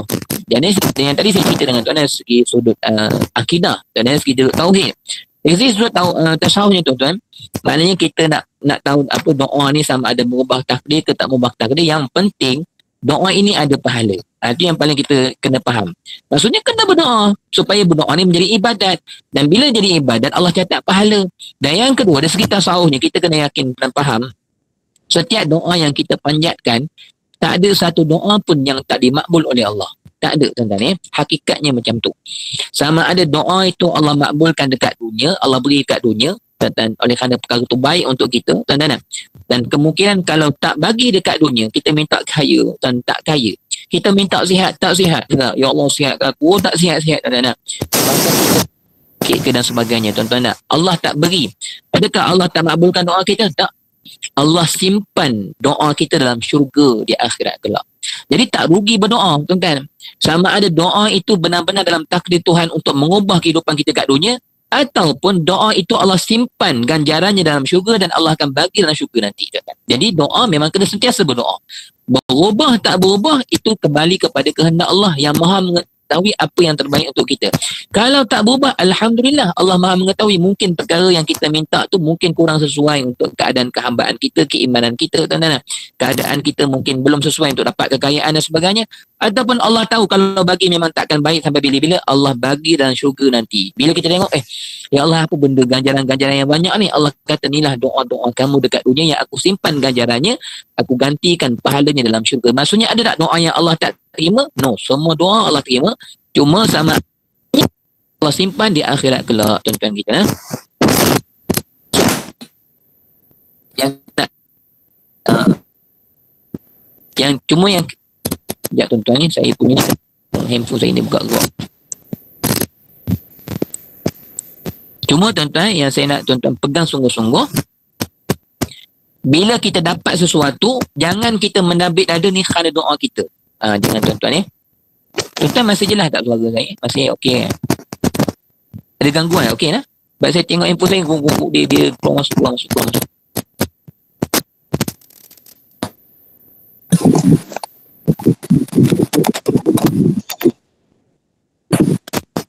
Ya Allah. Tu kan jelas dengan suara saya campur. Ni mat ni dia tak tahu. Dia ada gangguan. Jadi tuan-tuan begitu. Maknanya bila kita berdoa dapat, alhamdulillah, kehendak Allah lah pada takdirnya juga mentakdirkan doa aku ni termasuklah sebab-sebab aku berjaya. Kalau orang kata hebatlah doa awak ni dan boleh menjadikan awak ni berubah begitu begini dan sebagainya. Tak. Maksudnya saya dapat perubahan itu sebenarnya Allah Subhanahu Wa Taala lah yang berkehendak untuk menjadikan doa saya sebagai sebab nanti kita memang tidak ada kuasa langsung. Maksudnya walau dari segi doa sekalipun itu bukan kuasa kita, tetap termasuk dalam pokok kepada Allah. Jadi jangan tahu doa kita berdoa dan teruskan berdoa kepada Allah, kerana doa itu adalah ibadat dan doa itu tanda kehambaan kita kepada Allah, bergantung kepada Allah. Bukan sama ada masuk dalam takdir Tuhan untuk berubah atau tidak, itu kita serah kepada kebaikan Allah. Kalau masuk, alhamdulillah, Allah juga yang berkehendak. Bukan kita ni punya kekuatan untuk ubah takdir Tuhan, kita tak boleh ubah takdir Allah. Contohnya jadi semuanya adalah balik kepada kalau Allah tak beri kat dunia pun confirm Allah Subhanahu Wa Taala bagi Allah Subhanahu Wa Taala. Doa ni tuan-tuan, jangan salah pegangan saja. Yang salah pegang tu dia rasa doa dia ni seolah-olah ada kuasa untuk melawan Allah. Itu yang salah, jangan pegang yang tu. Yang kedua, bila terdapat sesuatu jangan kita menambil dan doa aku ni aku jadi orang makbul doa juga tuan-tuan. Wah, aku doa ni makbul doa aku ni. Jadi sampai kita pegang kita ada kuasa, akhirnya kita doa tak dapat pula. Sudah, kenapa tak dapat pula? Jadi sebenarnya bukan kita penentu, Allah penentu. Allah bagi tak bagi tu kerja Tuhan. Kalau Allah bagi pun maksudnya bukan kerana kehebatan doa, kerana doa kita memang sudah ada dalam takdir Allah sejak azali lagi. Allah Subhanahu Wa Taala menjadikan takdir itu sebagai sebab musabab, dan dialah yang memberikan taufik hidayah kepada kita untuk berdoa, dan dia jugalah yang menjadikan doa itu sebagai sebab musabab yang datang daripada kehendak dia juga, Allah Subhanahu Wa Taala. Tuan-tuan ada bunyi buzz, ada bunyi lagi tak? Saya ingat tu lah, sebab dia keluar masuk tu yang ada bunyi buzz tu. Tak ada dah Okey, ada orang tanya saya apa perbezaan nasib dan takdir. Tuan-tuan tak ada beza. Nasib tu lah takdir, takdir tu lah nasib. Cuma setengah orang tuan-tuan nak dia sebut nasib ni cuma wallah alam, mungkin masing-masing ada lagi 5 minit tuan-tuan saya kira mungkin soalan terakhir lah tuan-tuan. Saya tak ada masalah kalau ada apa-apa tuan-tuan yang nak bertanya dan sebagainya, boleh PM saya pun tak apa tuan-tuan saya tak ada masalah. Tuan-tuan boleh ambil nombor telefon saya tuan-tuan ni dah jadi balik ni.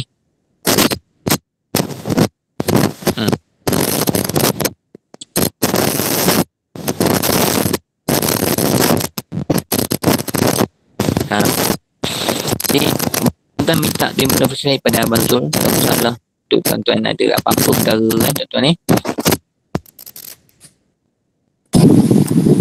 Okey tuan-tuan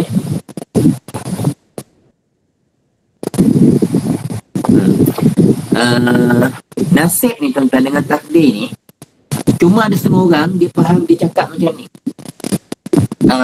Nasib ni semua orang dia faham, nasib ni seolah-olah macam perkara tu berlaku dengan sendiri. Itu saja mungkin yang kita kena ubah tuan-tuan Kadang kata nasib baik tak.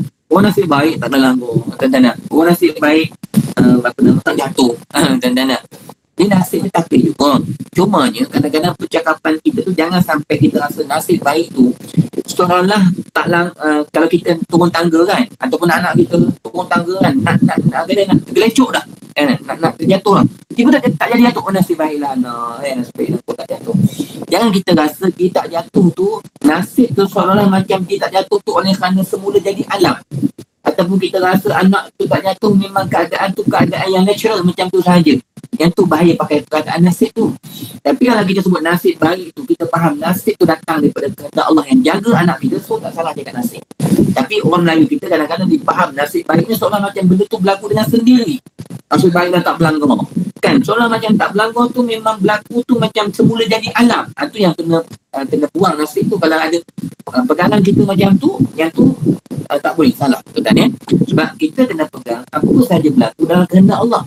Jadi yang sebaiknya jangan sebut nasib baik. Alhamdulillah ya Allah selamatkan. Ini tuan-tuan, kadang-kadang bahasa ni kena jaga juga. Kadang-kadang bahasa ni kalau kita selalu guna, kadang-kadang sampai kita lupa kepada Allah. Sebab tu tuan-tuan, kita kena, walaupun kita tahu segala-galanya Allah, sebaik-baiknya kita gunakan Allah lah hidup kita. Alhamdulillah, Alhamdulillah, la haula nasib baik. Lama-lama takut nasib baik tu sampai kita dah lupa yang sebenarnya selamat kita adalah Allah. Dan kadang-kadang kata Allah takdir tak langgar takdir anak aku, ya Allah aku selamatkan. Itu tak apa lah. Jadi nasib baik itu kalau faham nasib baik itu dalam maksud Allah yang berikan nasib baik, okey, tak apa, tak ada masalah, kita follow, kita kalau ikut soalan tu ditanya, adakah nasib dengan takdir itu perkara yang sama? Ialah perkara yang sama. Cuma tuan-tuan, kita untuk memastikan diri kita tuan-tuan yang sentiasa tak lupa kepada Allah ni, eloknya sebut Allah, sebut Allah. Allah, Alhamdulillah, ya Allah, anak aku nasib baiklah, Allah selamatkan dia. Sebut gitu. Allah, anak aku nasib baik, selamat. Jangan nasib baik itu sekadar nasib, ya Allah nasib baik, ya Allah kau selamatkan aku dengan takdirmu, ya Allah. Biar berlapik dengan Tuhan gitu. Kan ya? Allah mujurlah, Allah selamatkan kami, ya Allah. Alhamdulillah, nasib baik, ya Allah kau selamatkan kami. Nasib baik habis sekadar begitu sahaja. Tak berlapik dengan Allah Subhanahu Wa Taala. Sama ada baik ataupun terlepas daripada sebarang keburukan, kena balik sentiasa kepada Allah. Kan ya? Allah pada tanya dia tanya ada 2-3 soalan lagi ni tuan ya. Ini tak apalah saya jawab juga lah. Lagi 2 soalan tu, nanti ada soalan lain saya akan jawab pada kuliah kita akan kuliah pada datang ya. Kan ya. Dan ada soalan tanya bagaimana penama ayat menyatakan Allah tidak mengubah sesuatu kaum sehingga dia mengubah keadaan diri sendiri. Tuan-tuan, betul? Dari segi kehambaan itu betul lah, tuan-tuan. Maksudnya tuan-tuan, Allah Subhanahu Wa Taala segi pengetahuan dia, Allah Subhanahu Wa Taala tahu dah keadaan seseorang itu jahat. Dan katalah si A ni dia jahat, dan dia Allah tahu dah sampai satu turning point dia akan berubah menjadi baik. Dia akan berusaha berubah menjadi baik. Pada ayat ni tuan-tuan, dari segi apa yang Tuan Harun tanya ni, bagaimana ayat yang menyatakan orang tak akan berubah menjadi baik, melainkan dia sendiri berubah menjadi baik. Dari segi kehambaan memang inilah yang kita kena pegang. Sebab kita dari segi hamba, kita memang kena sentiasa tu ada usaha ikhtiar, tuan-tuan ya. Cuma usaha ikhtiar kita ni tidak terlepas daripada takdir Tuhan. Maksudnya kita boleh kata usaha ikhtiar ni datang daripada diri kita semata-mata, tak ada kaitan dengan kehendak Allah yang mentakdir kita. Kalau kita pegang macam tu, itu jadi golongan orang-orang yang bukan Islam, bukan? Kalau kita hari ni berusaha ikhtiar, kita nampak kita yang pandai, kita yang mengubah diri kita sendiri tanpa ada kaitan dengan Allah, apa beza kita dengan orang yang kita? Apa beza kita dengan China? Apa beza kita dengan India, mereka faham apa yang mereka buat lagi, itulah yang mereka dapat. Betul? Kalau mereka rajin berusaha, mereka kaya kerana usaha mereka. Tapi orang Islam, mereka berusaha, mereka kaya, mereka tahu siapa yang tolong mereka usaha, Allah. Mereka tahu siapa yang bagi mereka kaya, Allah. Jadi orang Islam, bezanya dengan orang kafir berusaha ikhtiar, tapi nampak diri dia sendiri. Dia nampak alam ni terjadi dengan semula jadi. Betul tak? Itu orang Islam, kita tak rasa alam ni terjadi dengan semula, mereka ada Allah, kita alam. Sebab tu kita orang Islam tuan-tuan, kalau kita usaha ikhtiar, tak jadi, kita tak resah, tak bunuh diri. Orang kafir tuan-tuan, dia usaha nak jadi kaya, tak kaya-kaya, mungkin dia bunuh diri. Sebab dia rasa diri dia tak berguna. Kita orang Islam tuan-tuan, bila kita usaha tak berjaya, kita tahu bukan kita yang kawal alam, bukan kita yang menentukan rezeki, maka kita balik pada Allah. Ya Allah, aku redha, ya Allah, mungkin belum rezeki aku sampai pada hari ini, kerana rezeki sampai tak sampai kehendak-Mu ya Allah, bukan kekuatan aku, bukan kekuasaan aku, kita ada Allah. Kita sentiasa tenang, kita sentiasa balik pada Allah. Jadi tuan, kalau kita pegang berlaku sesuatu ni semata-mata kehendak kita, apa itu kita dengan orang yang bukan Islam. Kita orang Islam ni, kita ada Allah, sentiasa balik pada Allah. Baik dan baik. Kalau dari segi konteks ayat, maksudnya maknanya tak mengubah takdir, melainkan dia sendiri dan ubah keadaan dia dan sebagainya. Tentang maksudnya Allah Subhanahu Wa Taala memang menjadikan usaha ikhtiar itu sebagai sebab takdir untuk dia menjadi lebih baik daripada dia. Maksudnya orang itu menjadi baik itu bukan bermakna dia boleh lawan takdir Allah dah. Dia nak jadi baik tu pun Allah tahu dah. Bahkan memang Allah lah yang akan memberi kekuatan kepada diri dia untuk menjadi baik pada masa-masa akan datang. Kesimpulannya, saya nak tahu tempat, tak ada benda yang kita buat di atas alam ni yang terkeluar daripada takdir Tuhan. Hakikatnya tak ada. Sebab tu bila kita mampu buat baik, alhamdulillah kerja Allah. Tak mampu buat baik, muhasabah diri kita, Allah tak mengajar kita. Allah nak beri pengajaran kepada Allah Subhanahu Wa Taala. Baik, dan ni ada soalan yang terakhir lah saya kira malam. Adakah seseorang menjadi kafir adalah ketetapan Allah? Betul? Tentang soalan ni, saya akan jawab pada kuliah yang akan datang. Saya akan bagi tentang satu ayat yang Syekh pernah ajar kepada saya, ayat tentang bahasan dalam perkara itu, tuan-tuan ya. Macam mana kita nak faham last kemuncak kepahaman kita kepada takdir Allah ni, atau kemuncak ataupun last kali yang kita nak pegang dengan Allah. Ada satu ayat, tuan-tuan ya. Pegang yang tu habis, tak ada apa-apa, tuan-tuan. Ingin habis surah 100 tak ada apa-apa. Jadilah tu tadi. Mana? Kalau sekarang dia terus bulan. Maknanya ingatkan saya untuk jawab soalan, apakah seorang menjadi kafir adalah ketetapan Allah? Kafir tak Islam mati dalam keadaan langsung masuk neraka. Itu macam mana tuan-tuan? Ada jawapan dia. Ada jawapan dia. Bila kita tengok ayat-ayat Allah tentang perkara ni, akhirnya kita benar-benar mengaku lemah, habis kita lagi upaya, habis kita mengaku takdir Tuhan dalam genggaman itu, saya tak ada apa-apa lah. Itu pada minggu depan saya akan sebutkan tentang perkara itu.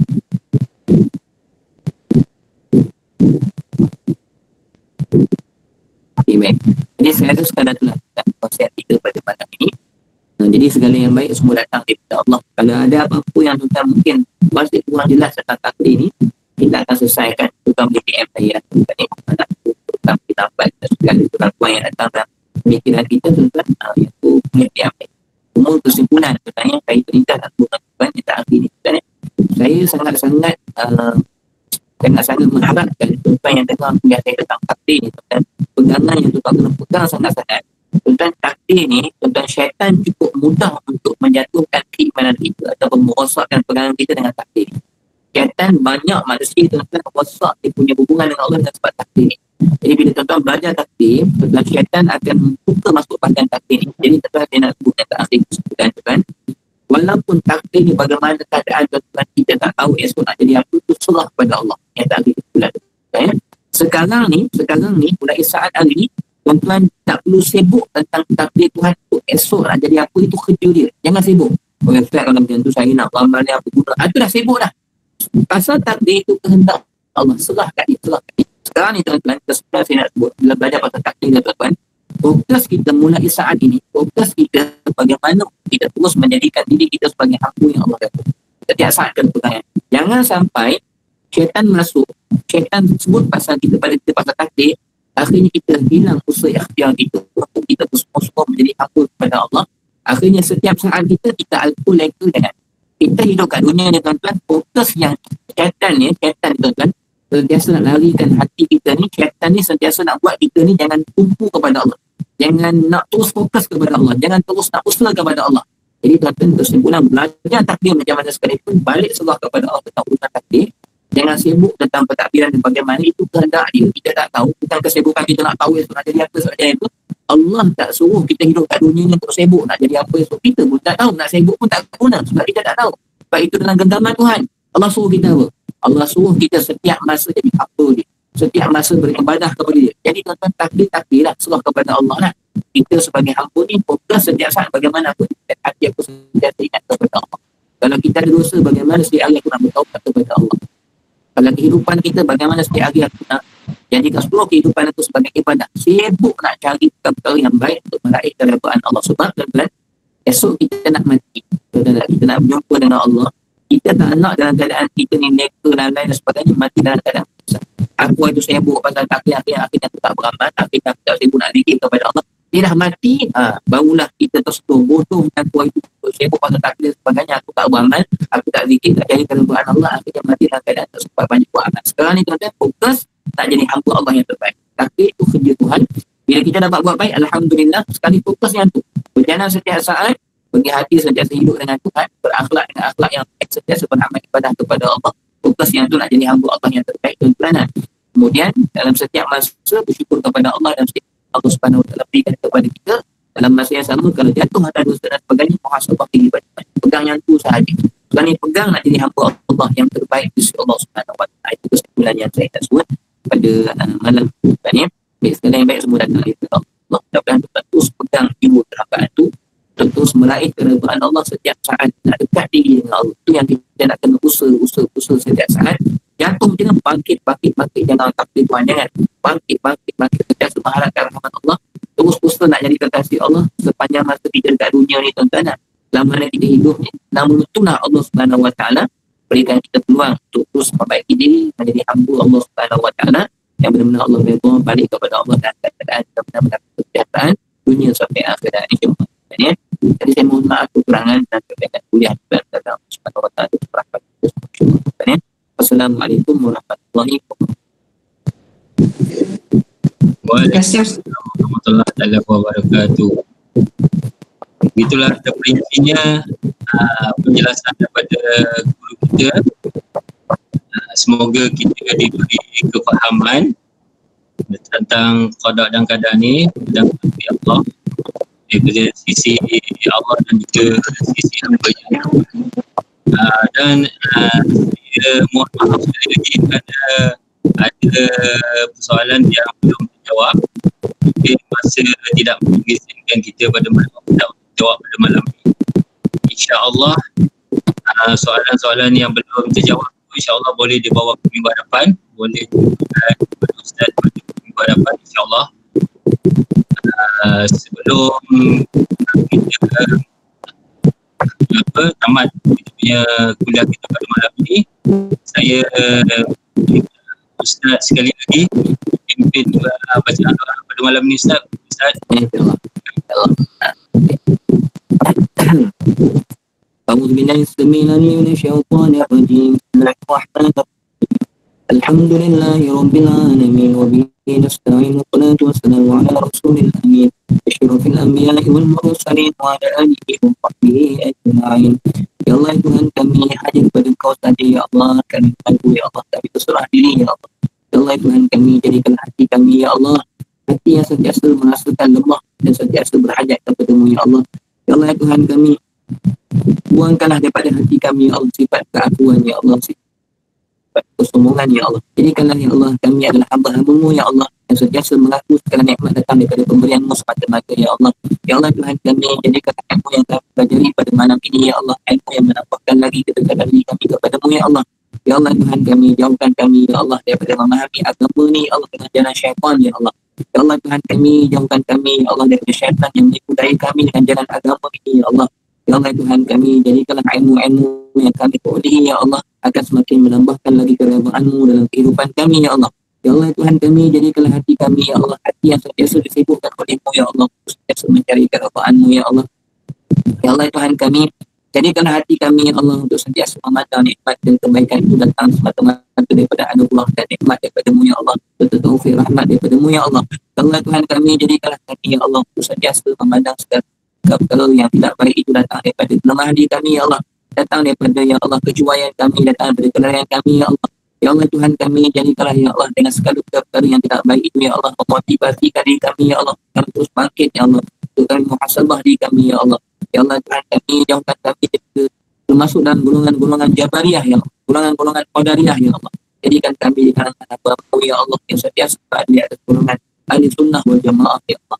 Ya Allah Tuhan kami, jadikanlah ilmu tauhid yang Kau berikan kepada kami ya Allah, ilmu tauhid yang benar ya Allah, ilmu tauhid yang menambahkan lagi makrifat kami kepada-Mu ya Allah.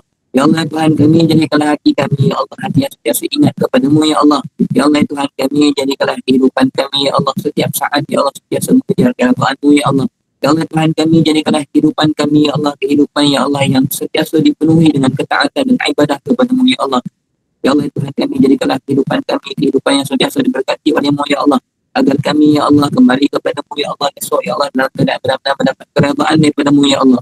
Ya Allah Tuhan kami, jauhkan kami ya Allah daripada hidup dekat dunia pada hari ini ya Allah, mendapat penyesalan di akhirat kelak ya Allah. Ya Allah Tuhan kami, sekiranya ya Allah kami masih banyak kelalaian dengan-Mu ya Allah, berikan taufik hidayah kepada kami ya Allah, untuk kami sedar ya Allah, kami usapi diri kami ya Allah, untuk kami sentiasa balik kepada-Mu ya Allah. Ya Allah Tuhan kami, jadikanlah kami ya Allah hamba-Mu ya Allah semakin lama hidup dunia ini ya Allah, semakin mendapat keredaan dan kasih-Mu ya Allah. Ya Allah Tuhan kami, sekiranya ada kelemahan dalam kehidupan kami ya Allah, sekiranya ya Allah ada kejuaian kelalaian ya Allah dalam kehidupan kami ya Allah. Ya Allah Tuhan kami, sekiranya masih banyak perkara yang kami lakukan mendapatkan kemurkaan daripada-Mu ya Allah, maka sedarilah kami ya Allah, kesampaikanlah diri kami ya Allah, berikanlah taufik hidayah-Mu ya Allah kepada kami ya Allah, agar kami ya Allah sentiasa kembali dan bertaubat kepada-Mu ya Allah. Ya Allah Tuhan kami, jadikanlah setiap saat kami ya Allah sentiasa nak redha-Mu ya Allah. Ya Allah Tuhan kami, jangan Kau tinggalkan kami dengan diri kami sendiri pada saat ya Allah, jangan Kau tinggalkan kami dengan syaitan ya Allah, jangan Kau tinggalkan kami dengan nafsu ya Allah. Ya Allah Tuhan kami, bimbinglah kami sepanjang masa setiap saat ya Allah, supaya sentiasa berada dalam rahmat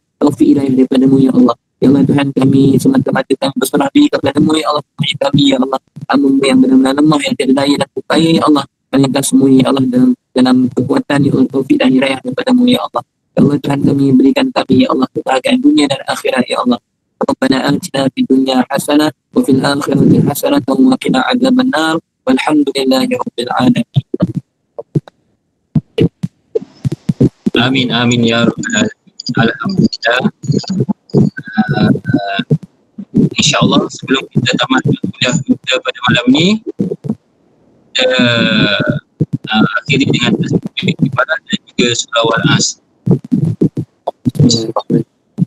Subhanallahumma wa bihamdika asyhadu an la ilaha illa anta. Bismillahirrahmanirrahim. Innal insana wa tawassaw bil haqqi wa tawassaw bis sabr. Okey Ustaz. Terima kasih banyak-banyak Ustaz yang kuliah malam ni insya-Allah. Okey Ustaz. Assalamualaikum. Terima kasih Ustaz. Terima kasih Ustaz. Terima kasih.